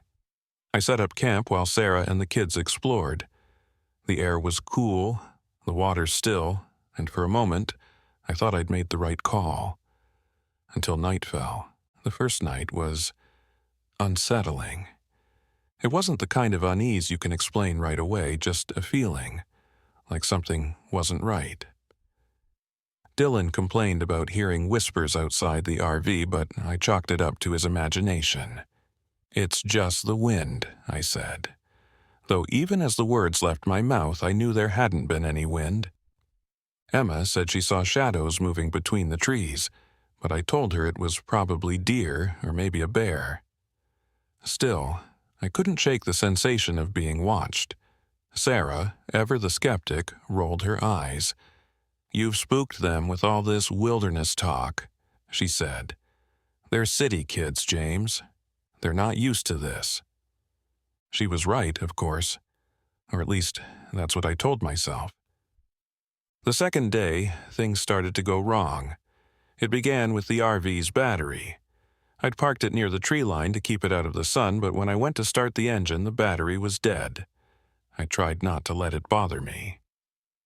"We're here to unplug anyway," I told Sarah, who gave me a look that said she wasn't amused. We spent the day hiking around the lake.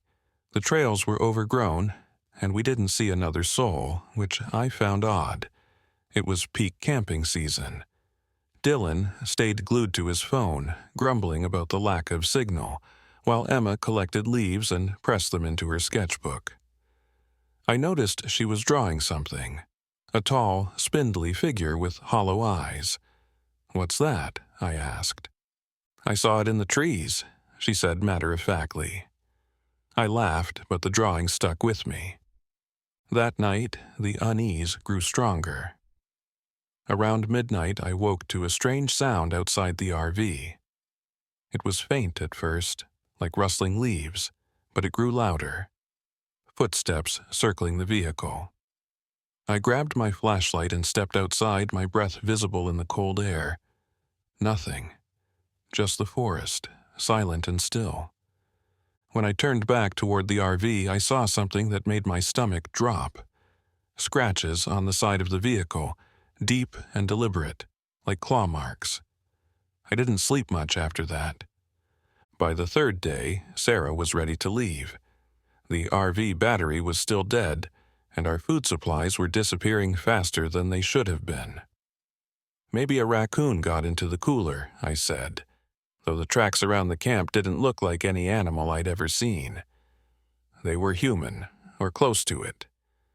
That afternoon we met him. The drifter. He came out of nowhere, limping out of the trees like he'd been walking for days. His clothes were filthy, and his eyes were wild, darting around like he expected something to jump out at him. "You shouldn't be here," he said, his voice hoarse.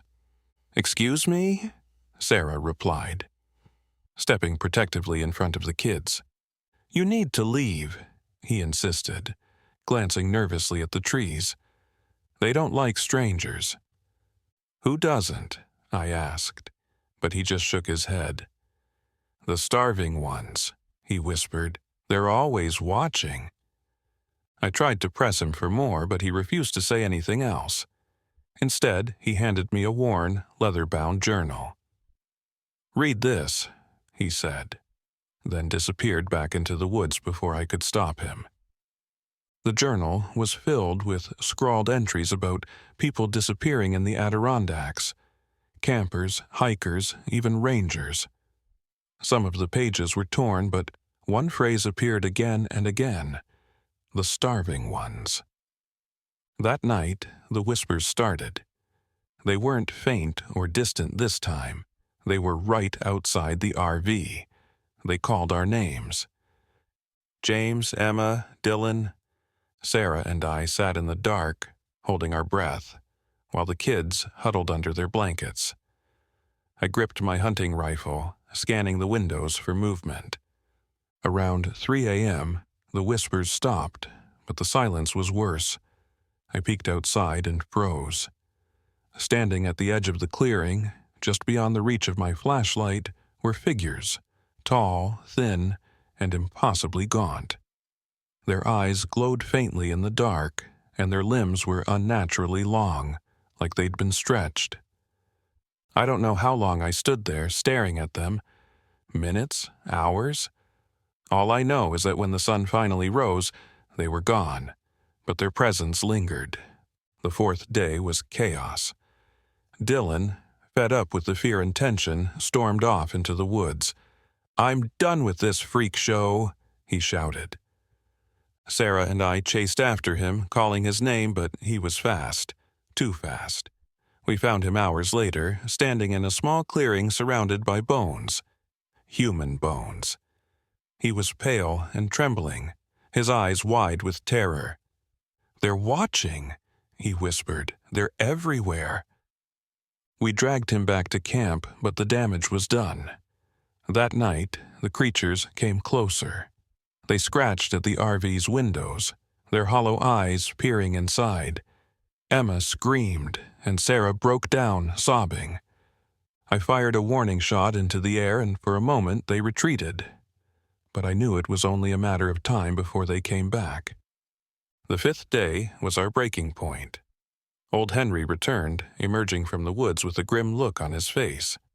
"They've marked you," he said. "They won't stop until they've had their fill."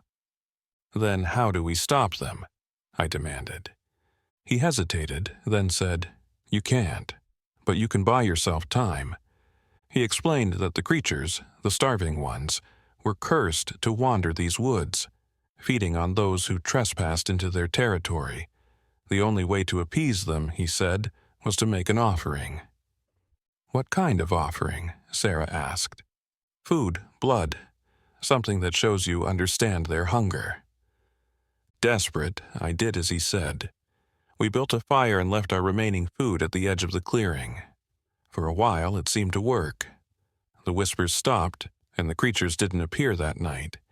But as we packed up to leave the next morning, we realized Emma was gone. We found her in the same clearing where we'd found Dylan, standing in the circle of bones. She was whispering something I couldn't make out, her eyes glassy and distant. When I reached for her, she screamed, a sound so guttural and inhuman it chilled me to the core. The creatures emerged from the trees, circling us, their skeletal forms impossibly fast and silent. I fired at them, but the bullets did nothing. In the chaos, old Henry shouted, "Get to the ranger station. It's your only chance." We ran, leaving everything behind. The station was old and abandoned, its walls covered in strange symbols. Inside, we barricaded the doors and waited. The creatures didn't follow us in, but we could hear them outside, whispering, scratching, waiting. We made it out the next morning, hiking miles through the forest until we found a road and flagged down a passing truck. The authorities didn't believe us, of course. They said it was exhaustion, paranoia, maybe even food poisoning. But I know what I saw, what we all saw. Now, months later, I still can't sleep. Sarah and I are separated, Dylan refuses to talk about it, and Emma draws them. She fills page after page with their faces, whispering to herself as she works. And sometimes, late at night, I hear them again, the whispers calling my name.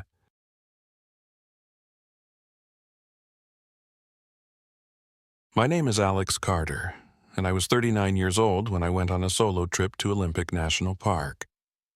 I'm a photographer by trade and a traveler by heart. After a messy breakup and too many nights drowning in cheap wine and old memories, I decided it was time to get back to doing what I loved, capturing beauty in the untamed wilderness.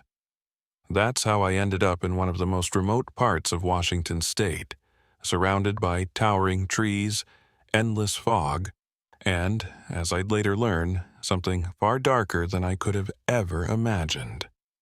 This happened in October 2023, just as the leaves were turning, and the air had that sharp, earthy scent of fall. I'd planned to spend a week in Olympic, photographing its lush rainforests, misty beaches, and rugged mountains for my blog. The goal was to rediscover my passion and shake off the ghosts of my past. Little did I know, I'd be facing very different ghosts. I parked my RV near Lake Crescent on my first day. The campground was secluded, just the way I liked it.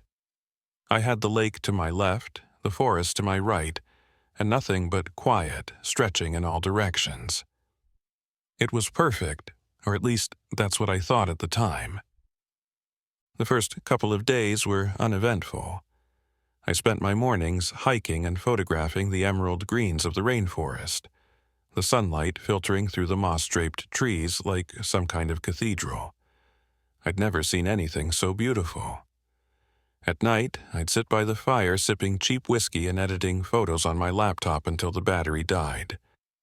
For the first time in months, I felt at peace. But that peace didn't last. It started on the third night. I was sitting in my RV, scrolling through the day's shots when I heard it. Faint whispers, carried on the wind. At first, I thought it was just the rustling of the trees or maybe an animal prowling nearby. But then I realized it wasn't random noise, it was voices. Multiple voices, speaking in low, urgent tones. I turned off my laptop and strained to listen. "Hello?" I called out, peering through the RV window. The forest was still, the fog clinging to the ground like a living thing. No response. After a few minutes, the whispers stopped, and I convinced myself it was just my imagination. But deep down, I wasn't so sure. The next morning, I found something odd near my campsite. Scratches on one of the trees. They were deep and deliberate, like someone had been carving with a knife. The marks formed a strange symbol I didn't recognize, 3 jagged lines intersecting in a circular pattern. I took a picture, figuring I'd research it later, and moved on with my day. But the unease stayed with me. Things escalated on the 4th night. I woke around midnight to the sound of footsteps circling the RV. They were slow and deliberate, crunching on the gravel outside. I grabbed my flashlight and opened the door, shining the beam into the darkness. Nothing. No animals, no people, just the fog and the trees. But when I stepped outside, I noticed something that made my blood run cold. Muddy handprints on the RV's windows. They were small, like a child's, but smeared and unnatural, as if the hands had too many fingers.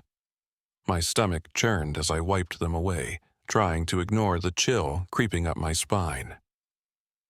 The next morning, I decided to take a break from photography and hike to Salt Duke Falls to clear my head. The trail was beautiful, with ferns and moss carpeting the forest floor, but I couldn't shake the feeling of being watched. Every so often, I'd catch a flicker of movement out of the corner of my eye, shadows darting between the trees, but when I turned to look, there was nothing there. I told myself it was just paranoia. After all, I'd been alone for days, and the silence was getting to me. But when I reviewed the photos I'd taken that day, my heart sank. In nearly every shot, there were shadowy figures lurking in the background. humanoid shapes barely visible through the trees. My hands shook as I scrolled through the images, each one more unnerving than the last. I couldn't explain it. I didn't want to. That night, the whispers returned. They were louder this time, closer.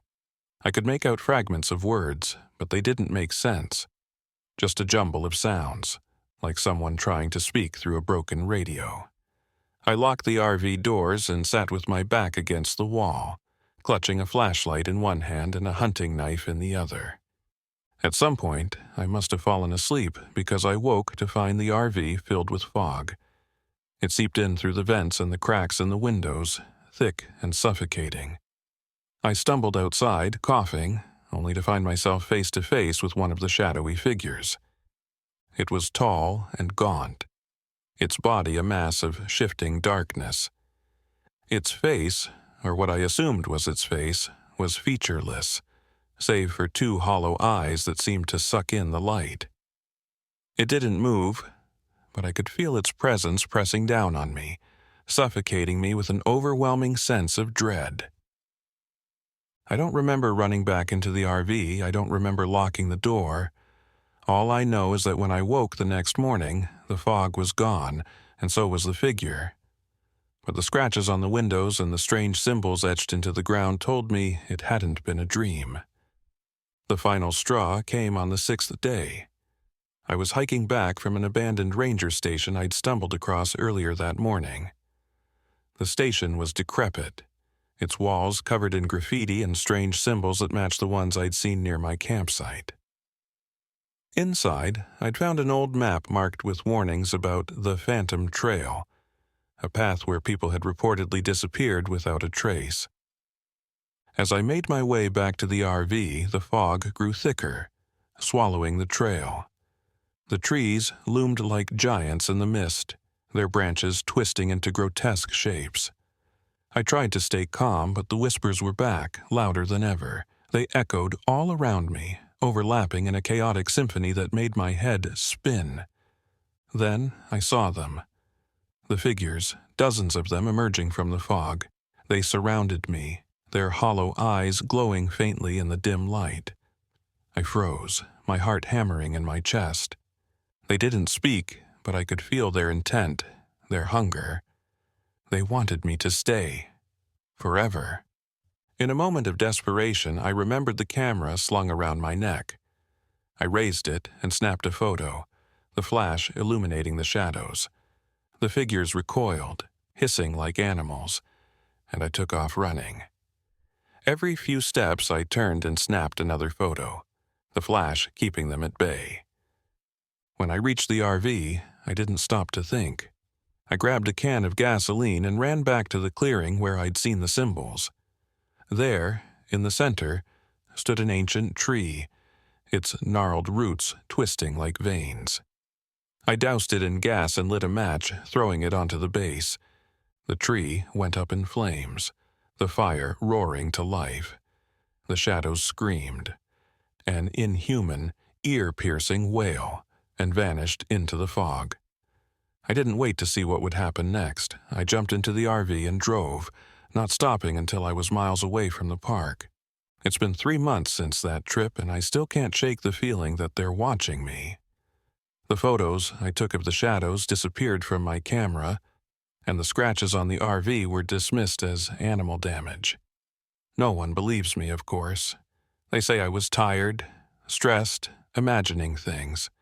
No, but late at night, when the world is quiet, I hear whispers in the dark, and I know they're still out there waiting.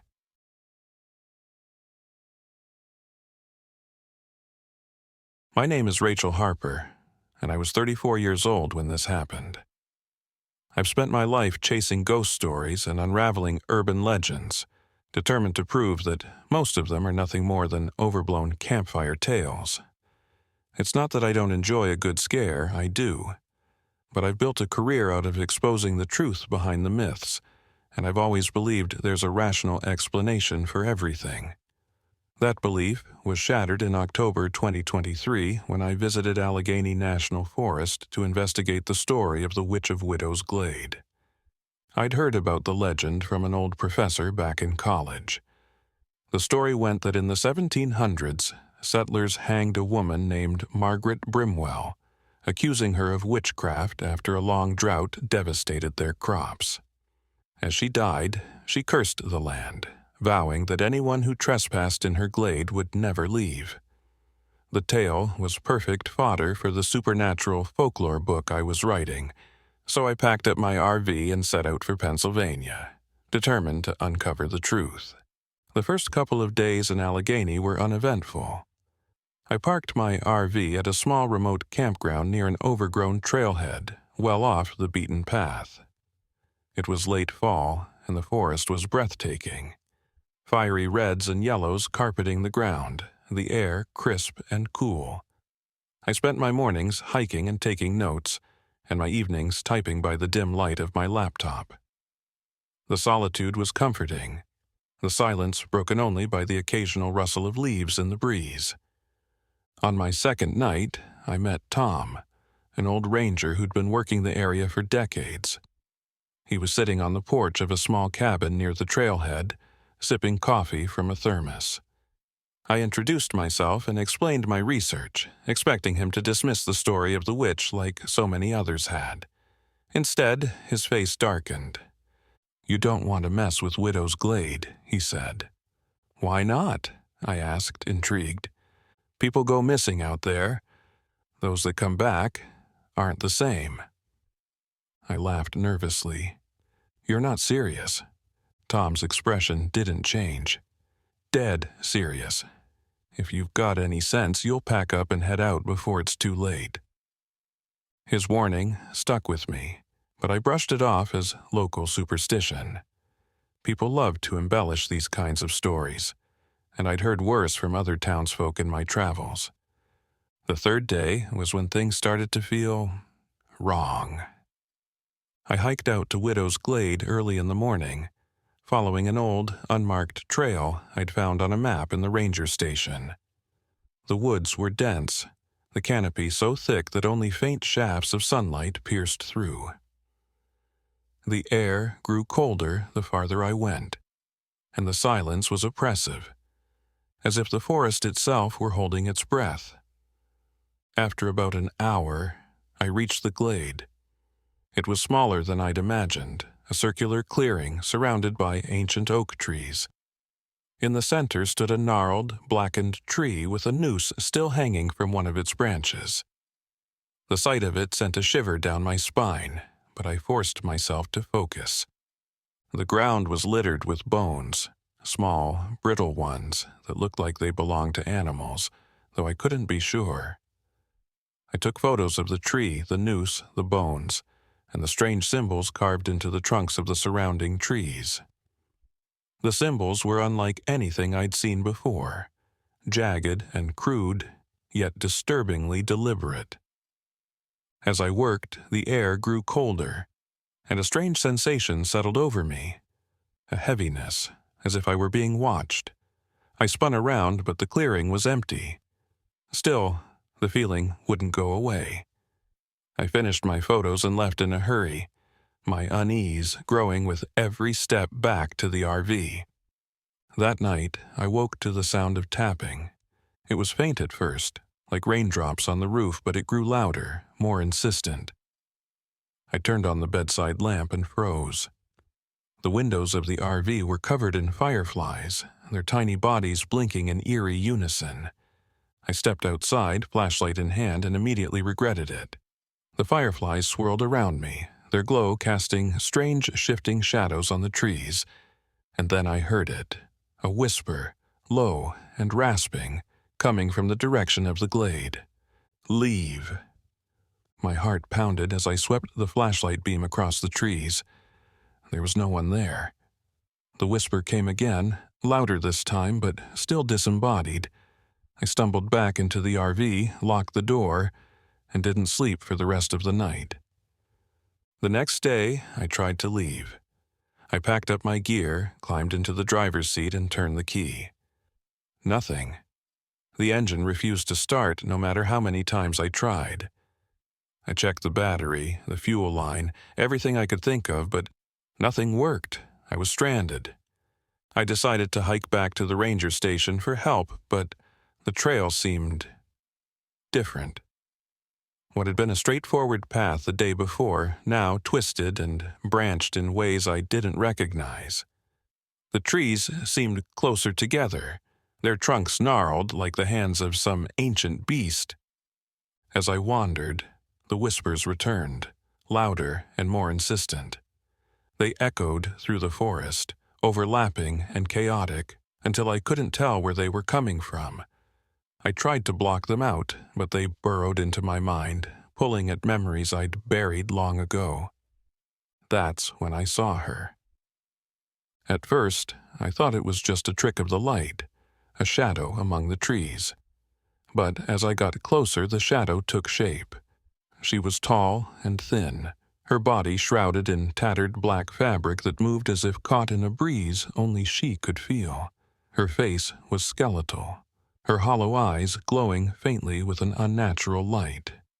I froze, unable to look away. She raised a hand, pointing toward the glade, and her voice rang out clear and cold. "You don't belong here." I ran. When I finally stumbled back to the RV, I was shaking so badly I could barely get the door open. Inside, I found my laptop on the floor, the screen cracked, and my notebook torn to shreds. The whispers followed me, growing louder, filling the air with a deafening cacophony. Desperate, I grabbed my flashlight and the hunting knife I kept in the drawer. I didn't know what I was going to do, but I couldn't just sit there and wait. The fireflies returned, swarming the windows, their light pulsing in a rhythm that seemed to match my racing heart. I left the RV and headed back to the glade, the whispers guiding me now. When I reached the clearing, she was waiting. The witch stood beneath the blackened tree, her skeletal hand resting on the noose. Her eyes burned brighter than before, and her presence was overwhelming, suffocating. She didn't speak this time. Instead, she raised her hand, and the world around me shifted. The forest disappeared, replaced by the sterile white walls of a hospital room. My mother lay in the bed, frail and pale, her eyes filled with disappointment. "Why weren't you here?" she whispered. Tears filled my eyes as I stumbled backward. "This isn't real," I said, my voice shaking. "You're not real." The witch's laughter echoed around me, and the hospital room dissolved into smoke. I was back in the glade, but the fireflies were gone, replaced by glowing embers that floated like ash. I don't know where the strength came from, but I forced myself to speak. "I'm sorry," I said, my voice cracking. "I should have been there for her, but I wasn't, and I'll regret that for the rest of my life." The witch hissed, her skeletal face contorting with rage. The embers flared, and the ground beneath me began to tremble. I grabbed the gasoline canister I'd brought from the RV, poured it over the blackened tree, and struck a match. The flames roared to life, consuming the tree in seconds. The witch let out a terrible scream, her form flickering and dissolving into the smoke. The embers faded, and the whispers stopped. I left the forest at first light, the RV miraculously starting as if nothing had happened. I didn't look back, and I never planned to. I wrote about my experience, but I left out the details of Widow's Glade. Some places are better left forgotten. But sometimes, late at night when the world is quiet, I see fireflies outside my window blinking in unison. And I hear her whisper, "You're not done."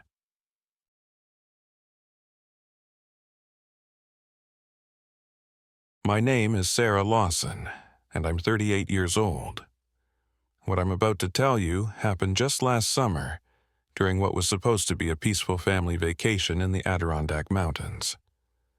I've told myself over and over that we were lucky to make it out alive. But sometimes, especially at night, I wonder if we truly escaped. We were on the second week of our RV trip, exploring trails and campsites scattered across upstate New York. My husband, Tom, who's 40, had been planning the trip for months. He was determined to get Alex, our 17-year-old son, and Mia, our 13-year-old daughter, to unplug from their devices and reconnect with nature. I had my reservations. Tom's confidence in his outdoorsy skills often led to trouble. Last year, we got lost on a kayaking trip because he insisted he didn't need a guide. But I went along with it, hoping we'd bond as a family. I should have trusted my gut. It started when we pulled into a quiet campsite off an unmarked trail near Indian Lake. It was late afternoon, the golden hour, with the sun casting long shadows across the towering pines. Tom, ever the adventurer, wanted to hike the trail before dinner. "This is part of the old indigenous hunting grounds," he said, unfolding a map he'd picked up from the local ranger station. "It's off the beaten path, but that's the best way to see the real Adirondacks." I wasn't thrilled. "The ranger said to stick to marked trails, remember?" Tom waved me off. "They just say that for liability. This'll be fine. Come on, it's a couple of miles tops." Alex groaned from the RV. "This is stupid. I'm not hiking." He was glued to his phone as usual.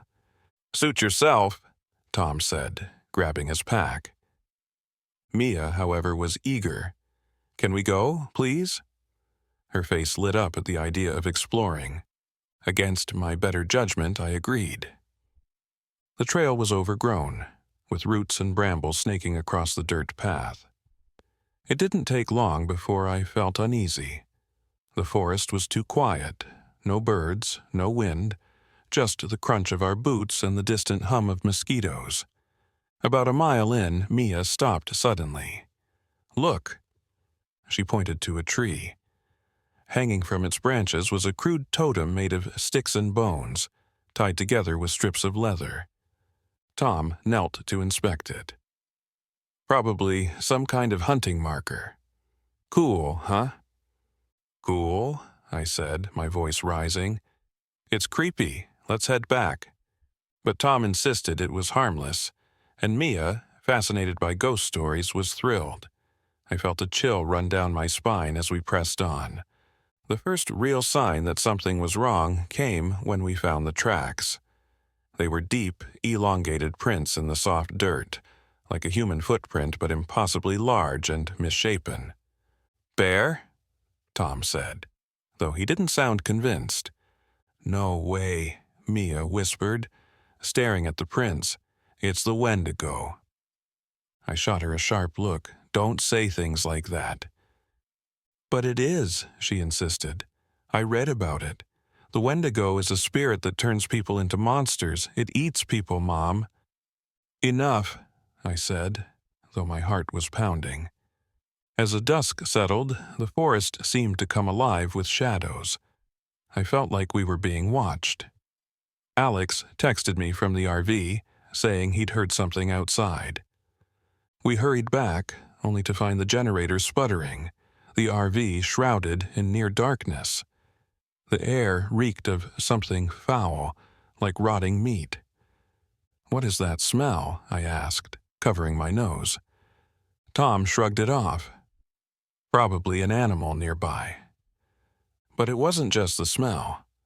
Our supplies were disturbed, our flashlight was gone, and Tom's hunting knife was missing from its sheath. "Did you leave it out?" I asked. "No," he said firmly. That night, I barely slept.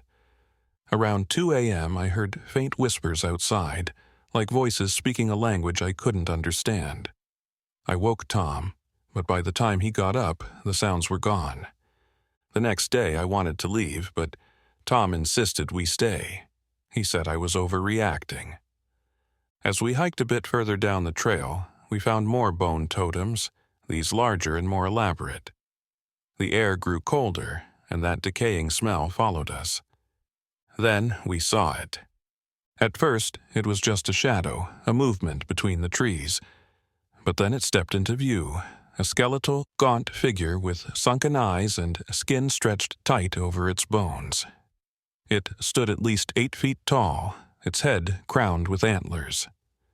Mia gasped. "It's the wendigo," she whispered, clutching my arm.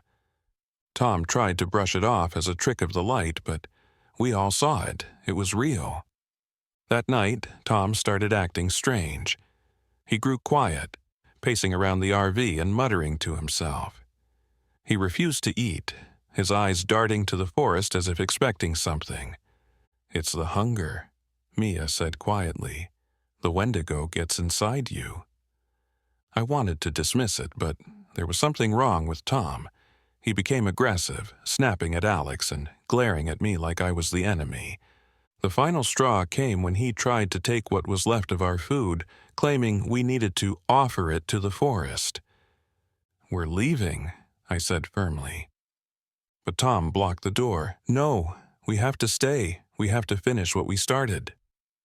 I realized then that whatever was out there had a hold on him.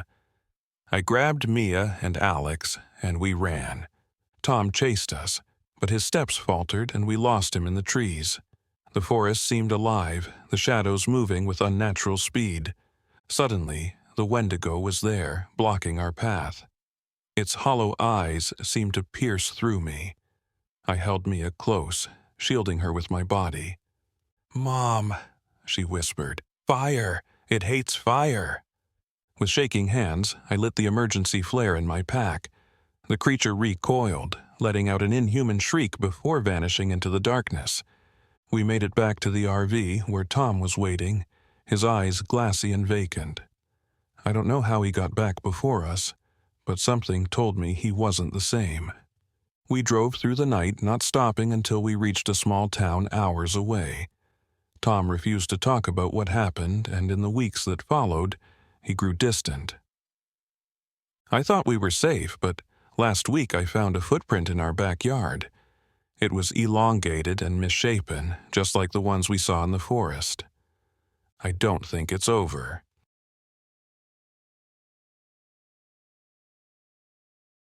My name is Jack Reeves, and I'm 32 years old. This happened last summer, when I decided to quit my job, leave my messy divorce behind, and hit the road in an old RV. I thought I could escape my problems by traveling across the country, documenting strange folklore for my blog.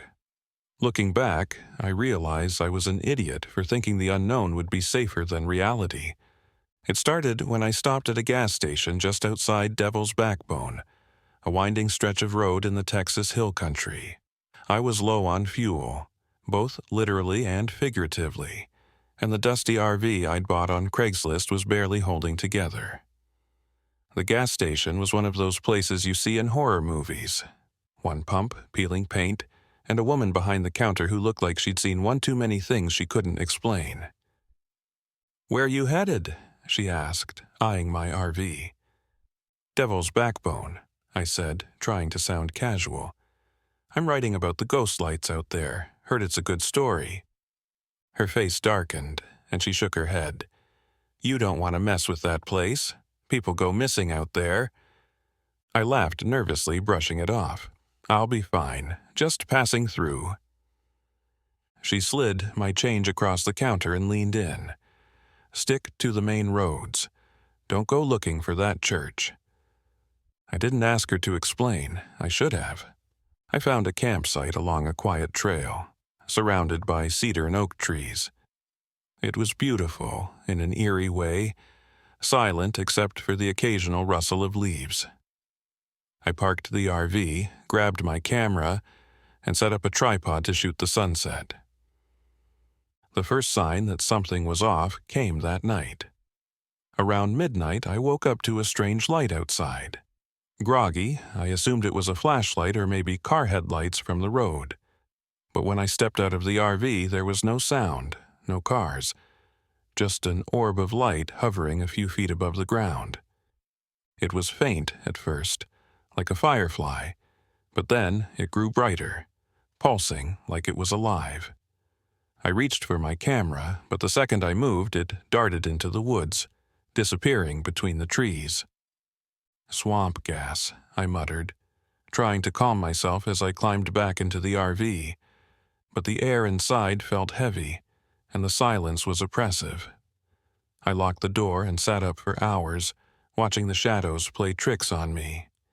The next day, I decided to hike further down the trail. I'd read about the ghost lights in an old travel guide. Stories of orbs leading travelers astray, luring them to their deaths. The skeptic in me chalked it up to folklore, but part of me wanted to believe. I found myself wandering deeper into the forest than I intended. The trail markers were scarce, and my GPS kept glitching, the little blue dot spinning aimlessly. Around midday, I spotted another orb. This one was smaller, fainter, but it hovered just ahead of me, as if daring me to follow. And I did. I don't know how long I walked.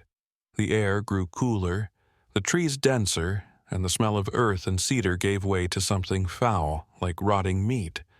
My instincts screamed at me to turn back, but my curiosity kept me moving forward. Then I saw it, the ruins of an old church hidden in a clearing. The building was crumbling, overtaken by vines and moss. A rusted iron cross leaned precariously on the roof, and the windows were shattered, their jagged edges catching the light like teeth. Bone totems hung from the trees around the clearing, small animal skulls tied together with string, swinging gently in the breeze. I should have left. Instead, I stepped inside. The air was colder in the church, and the light streaming through the broken windows seemed dimmer than it should have been. The altar at the front was covered in carvings, Spanish words I couldn't understand. I snapped a few pictures, my hands shaking, and that's when I saw it. A figure in the shadows. At first, I thought it was a trick of the light, but then it moved. Slowly, deliberately. It stepped into the faint glow of my flashlight, and I froze. It was a man, or what had once been a man. His skin was pale and stretched tight over his bones, his eyes hollow and glowing faintly. He wore tattered robes, and his bony fingers clutched a rosary. "El Padre," he rasped, his voice like dry leaves scraping together. I stumbled back, nearly dropping my camera. "I don't mean any harm," I stammered. The figure tilted his head, studying me like a predator sizing up its prey. "You disturb the sacred ground," he whispered. "You must pay the price." Before I could react, the ghost lights swarmed me. Dozens of them appearing out of nowhere, circling me like vultures. The air buzzed with static, and I felt a searing pain in my chest, as if my heart was being squeezed. I don't remember running, but suddenly I was outside, the church glowing faintly behind me. The lights followed, darting between the trees, their whispers growing louder. Back at the RV, I slammed the door shut, locking every latch. The lights pressed against the windows, flickering like dying stars. I tried to start the engine, but the battery was dead. I grabbed my phone, only to find it stuck on a static-filled screen. A single word flickered across it. "Vuelve.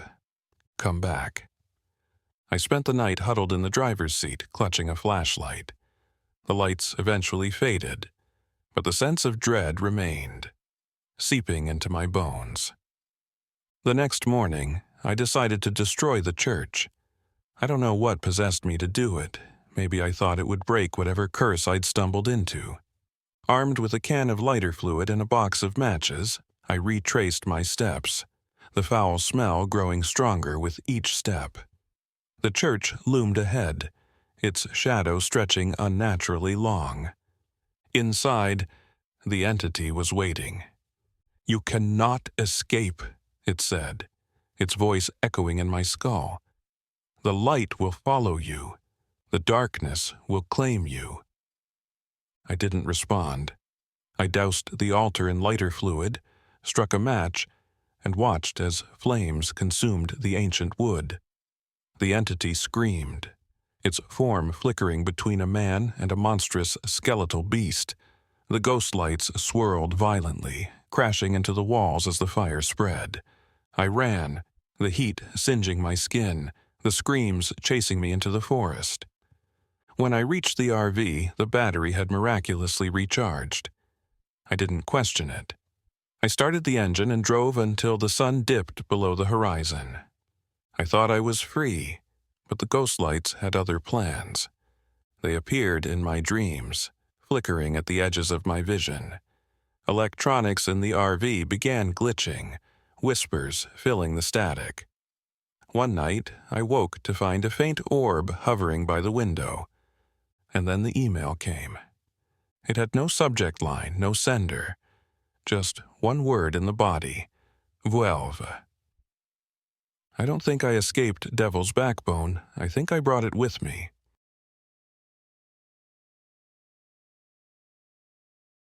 My name is Claire Mason, and I'm 29 years old.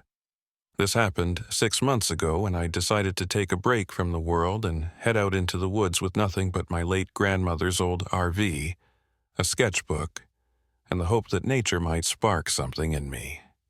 I'm an illustrator by trade, but after a rough year, losing my grandmother, a failed relationship, and a few too many sleepless nights, I needed space to clear my head. I didn't plan to stop at Pine Hollow Campground. I found it by accident, or so I thought, when I noticed a tattered brochure tucked into my grandmother's old map collection. It promised pristine trails and a secluded lake called Whispering Waters, perfect for artistic inspiration.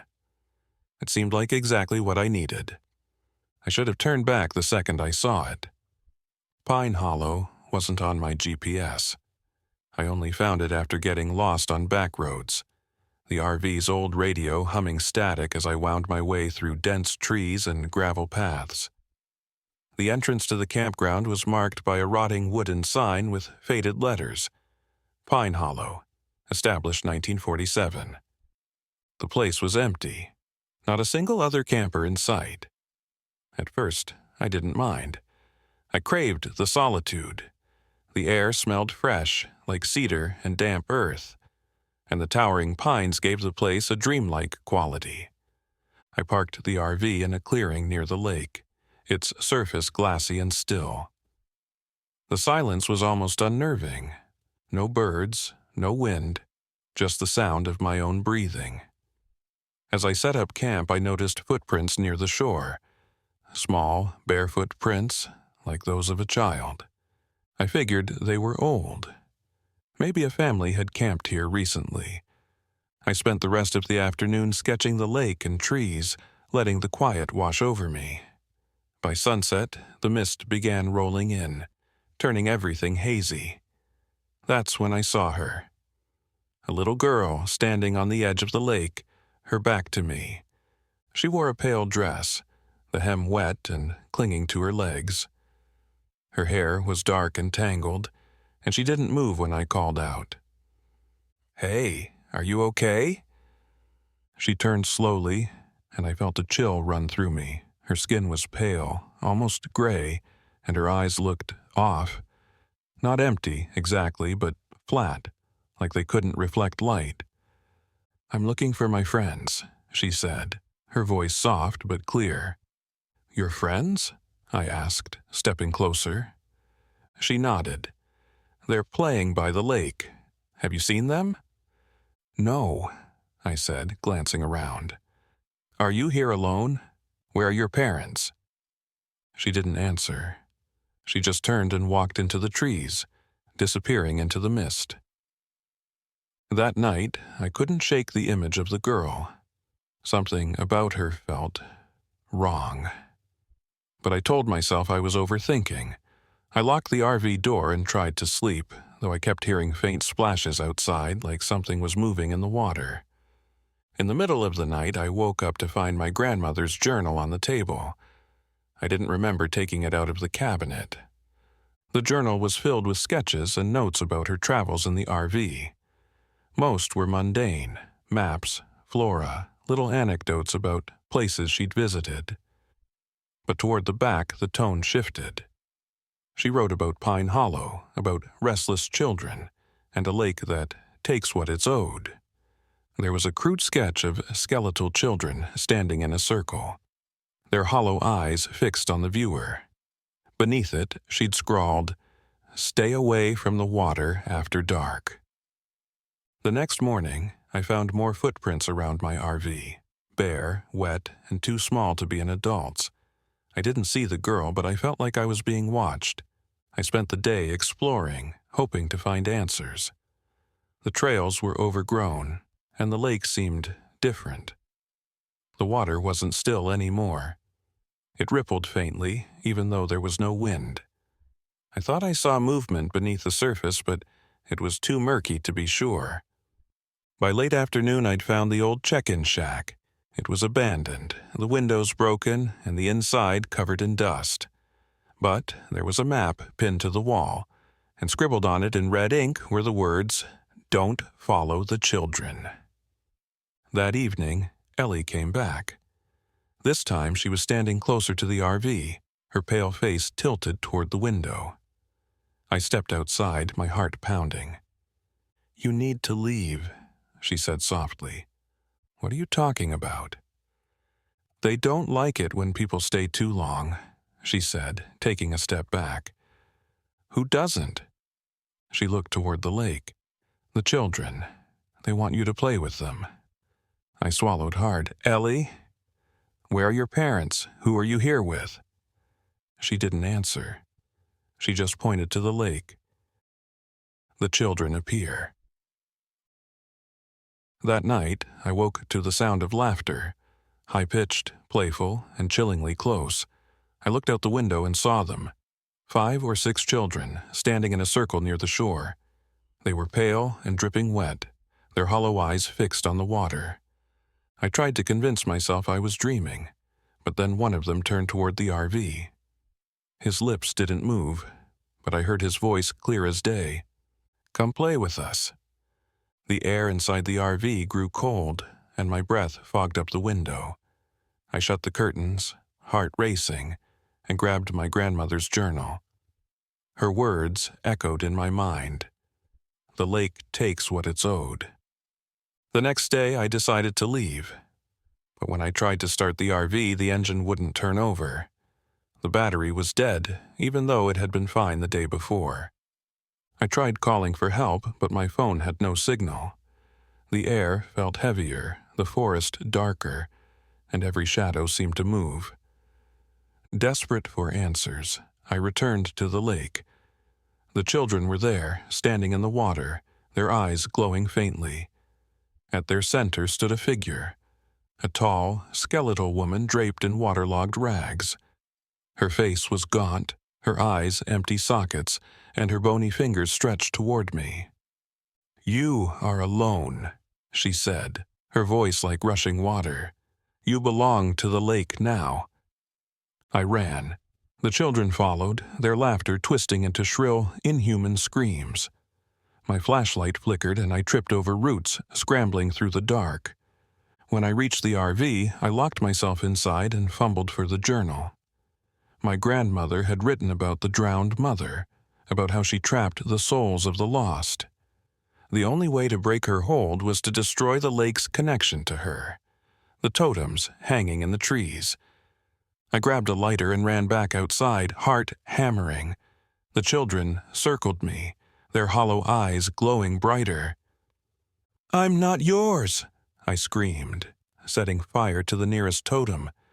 The flames roared to life and the children shrieked, their forms flickering like shadows in the wind. One by one, I burned the totems. The drowned mother let out an unearthly wail, her form collapsing into the water as the last totem fell. By dawn, the lake was silent again. The children were gone, and the air felt lighter, as if the forest itself had exhaled. The RV started without issue, and I drove until I reached the nearest town. When I tried to tell the locals what had happened, they looked at me like I was crazy. But I know what I saw, and sometimes, late at night, I still hear the laughter.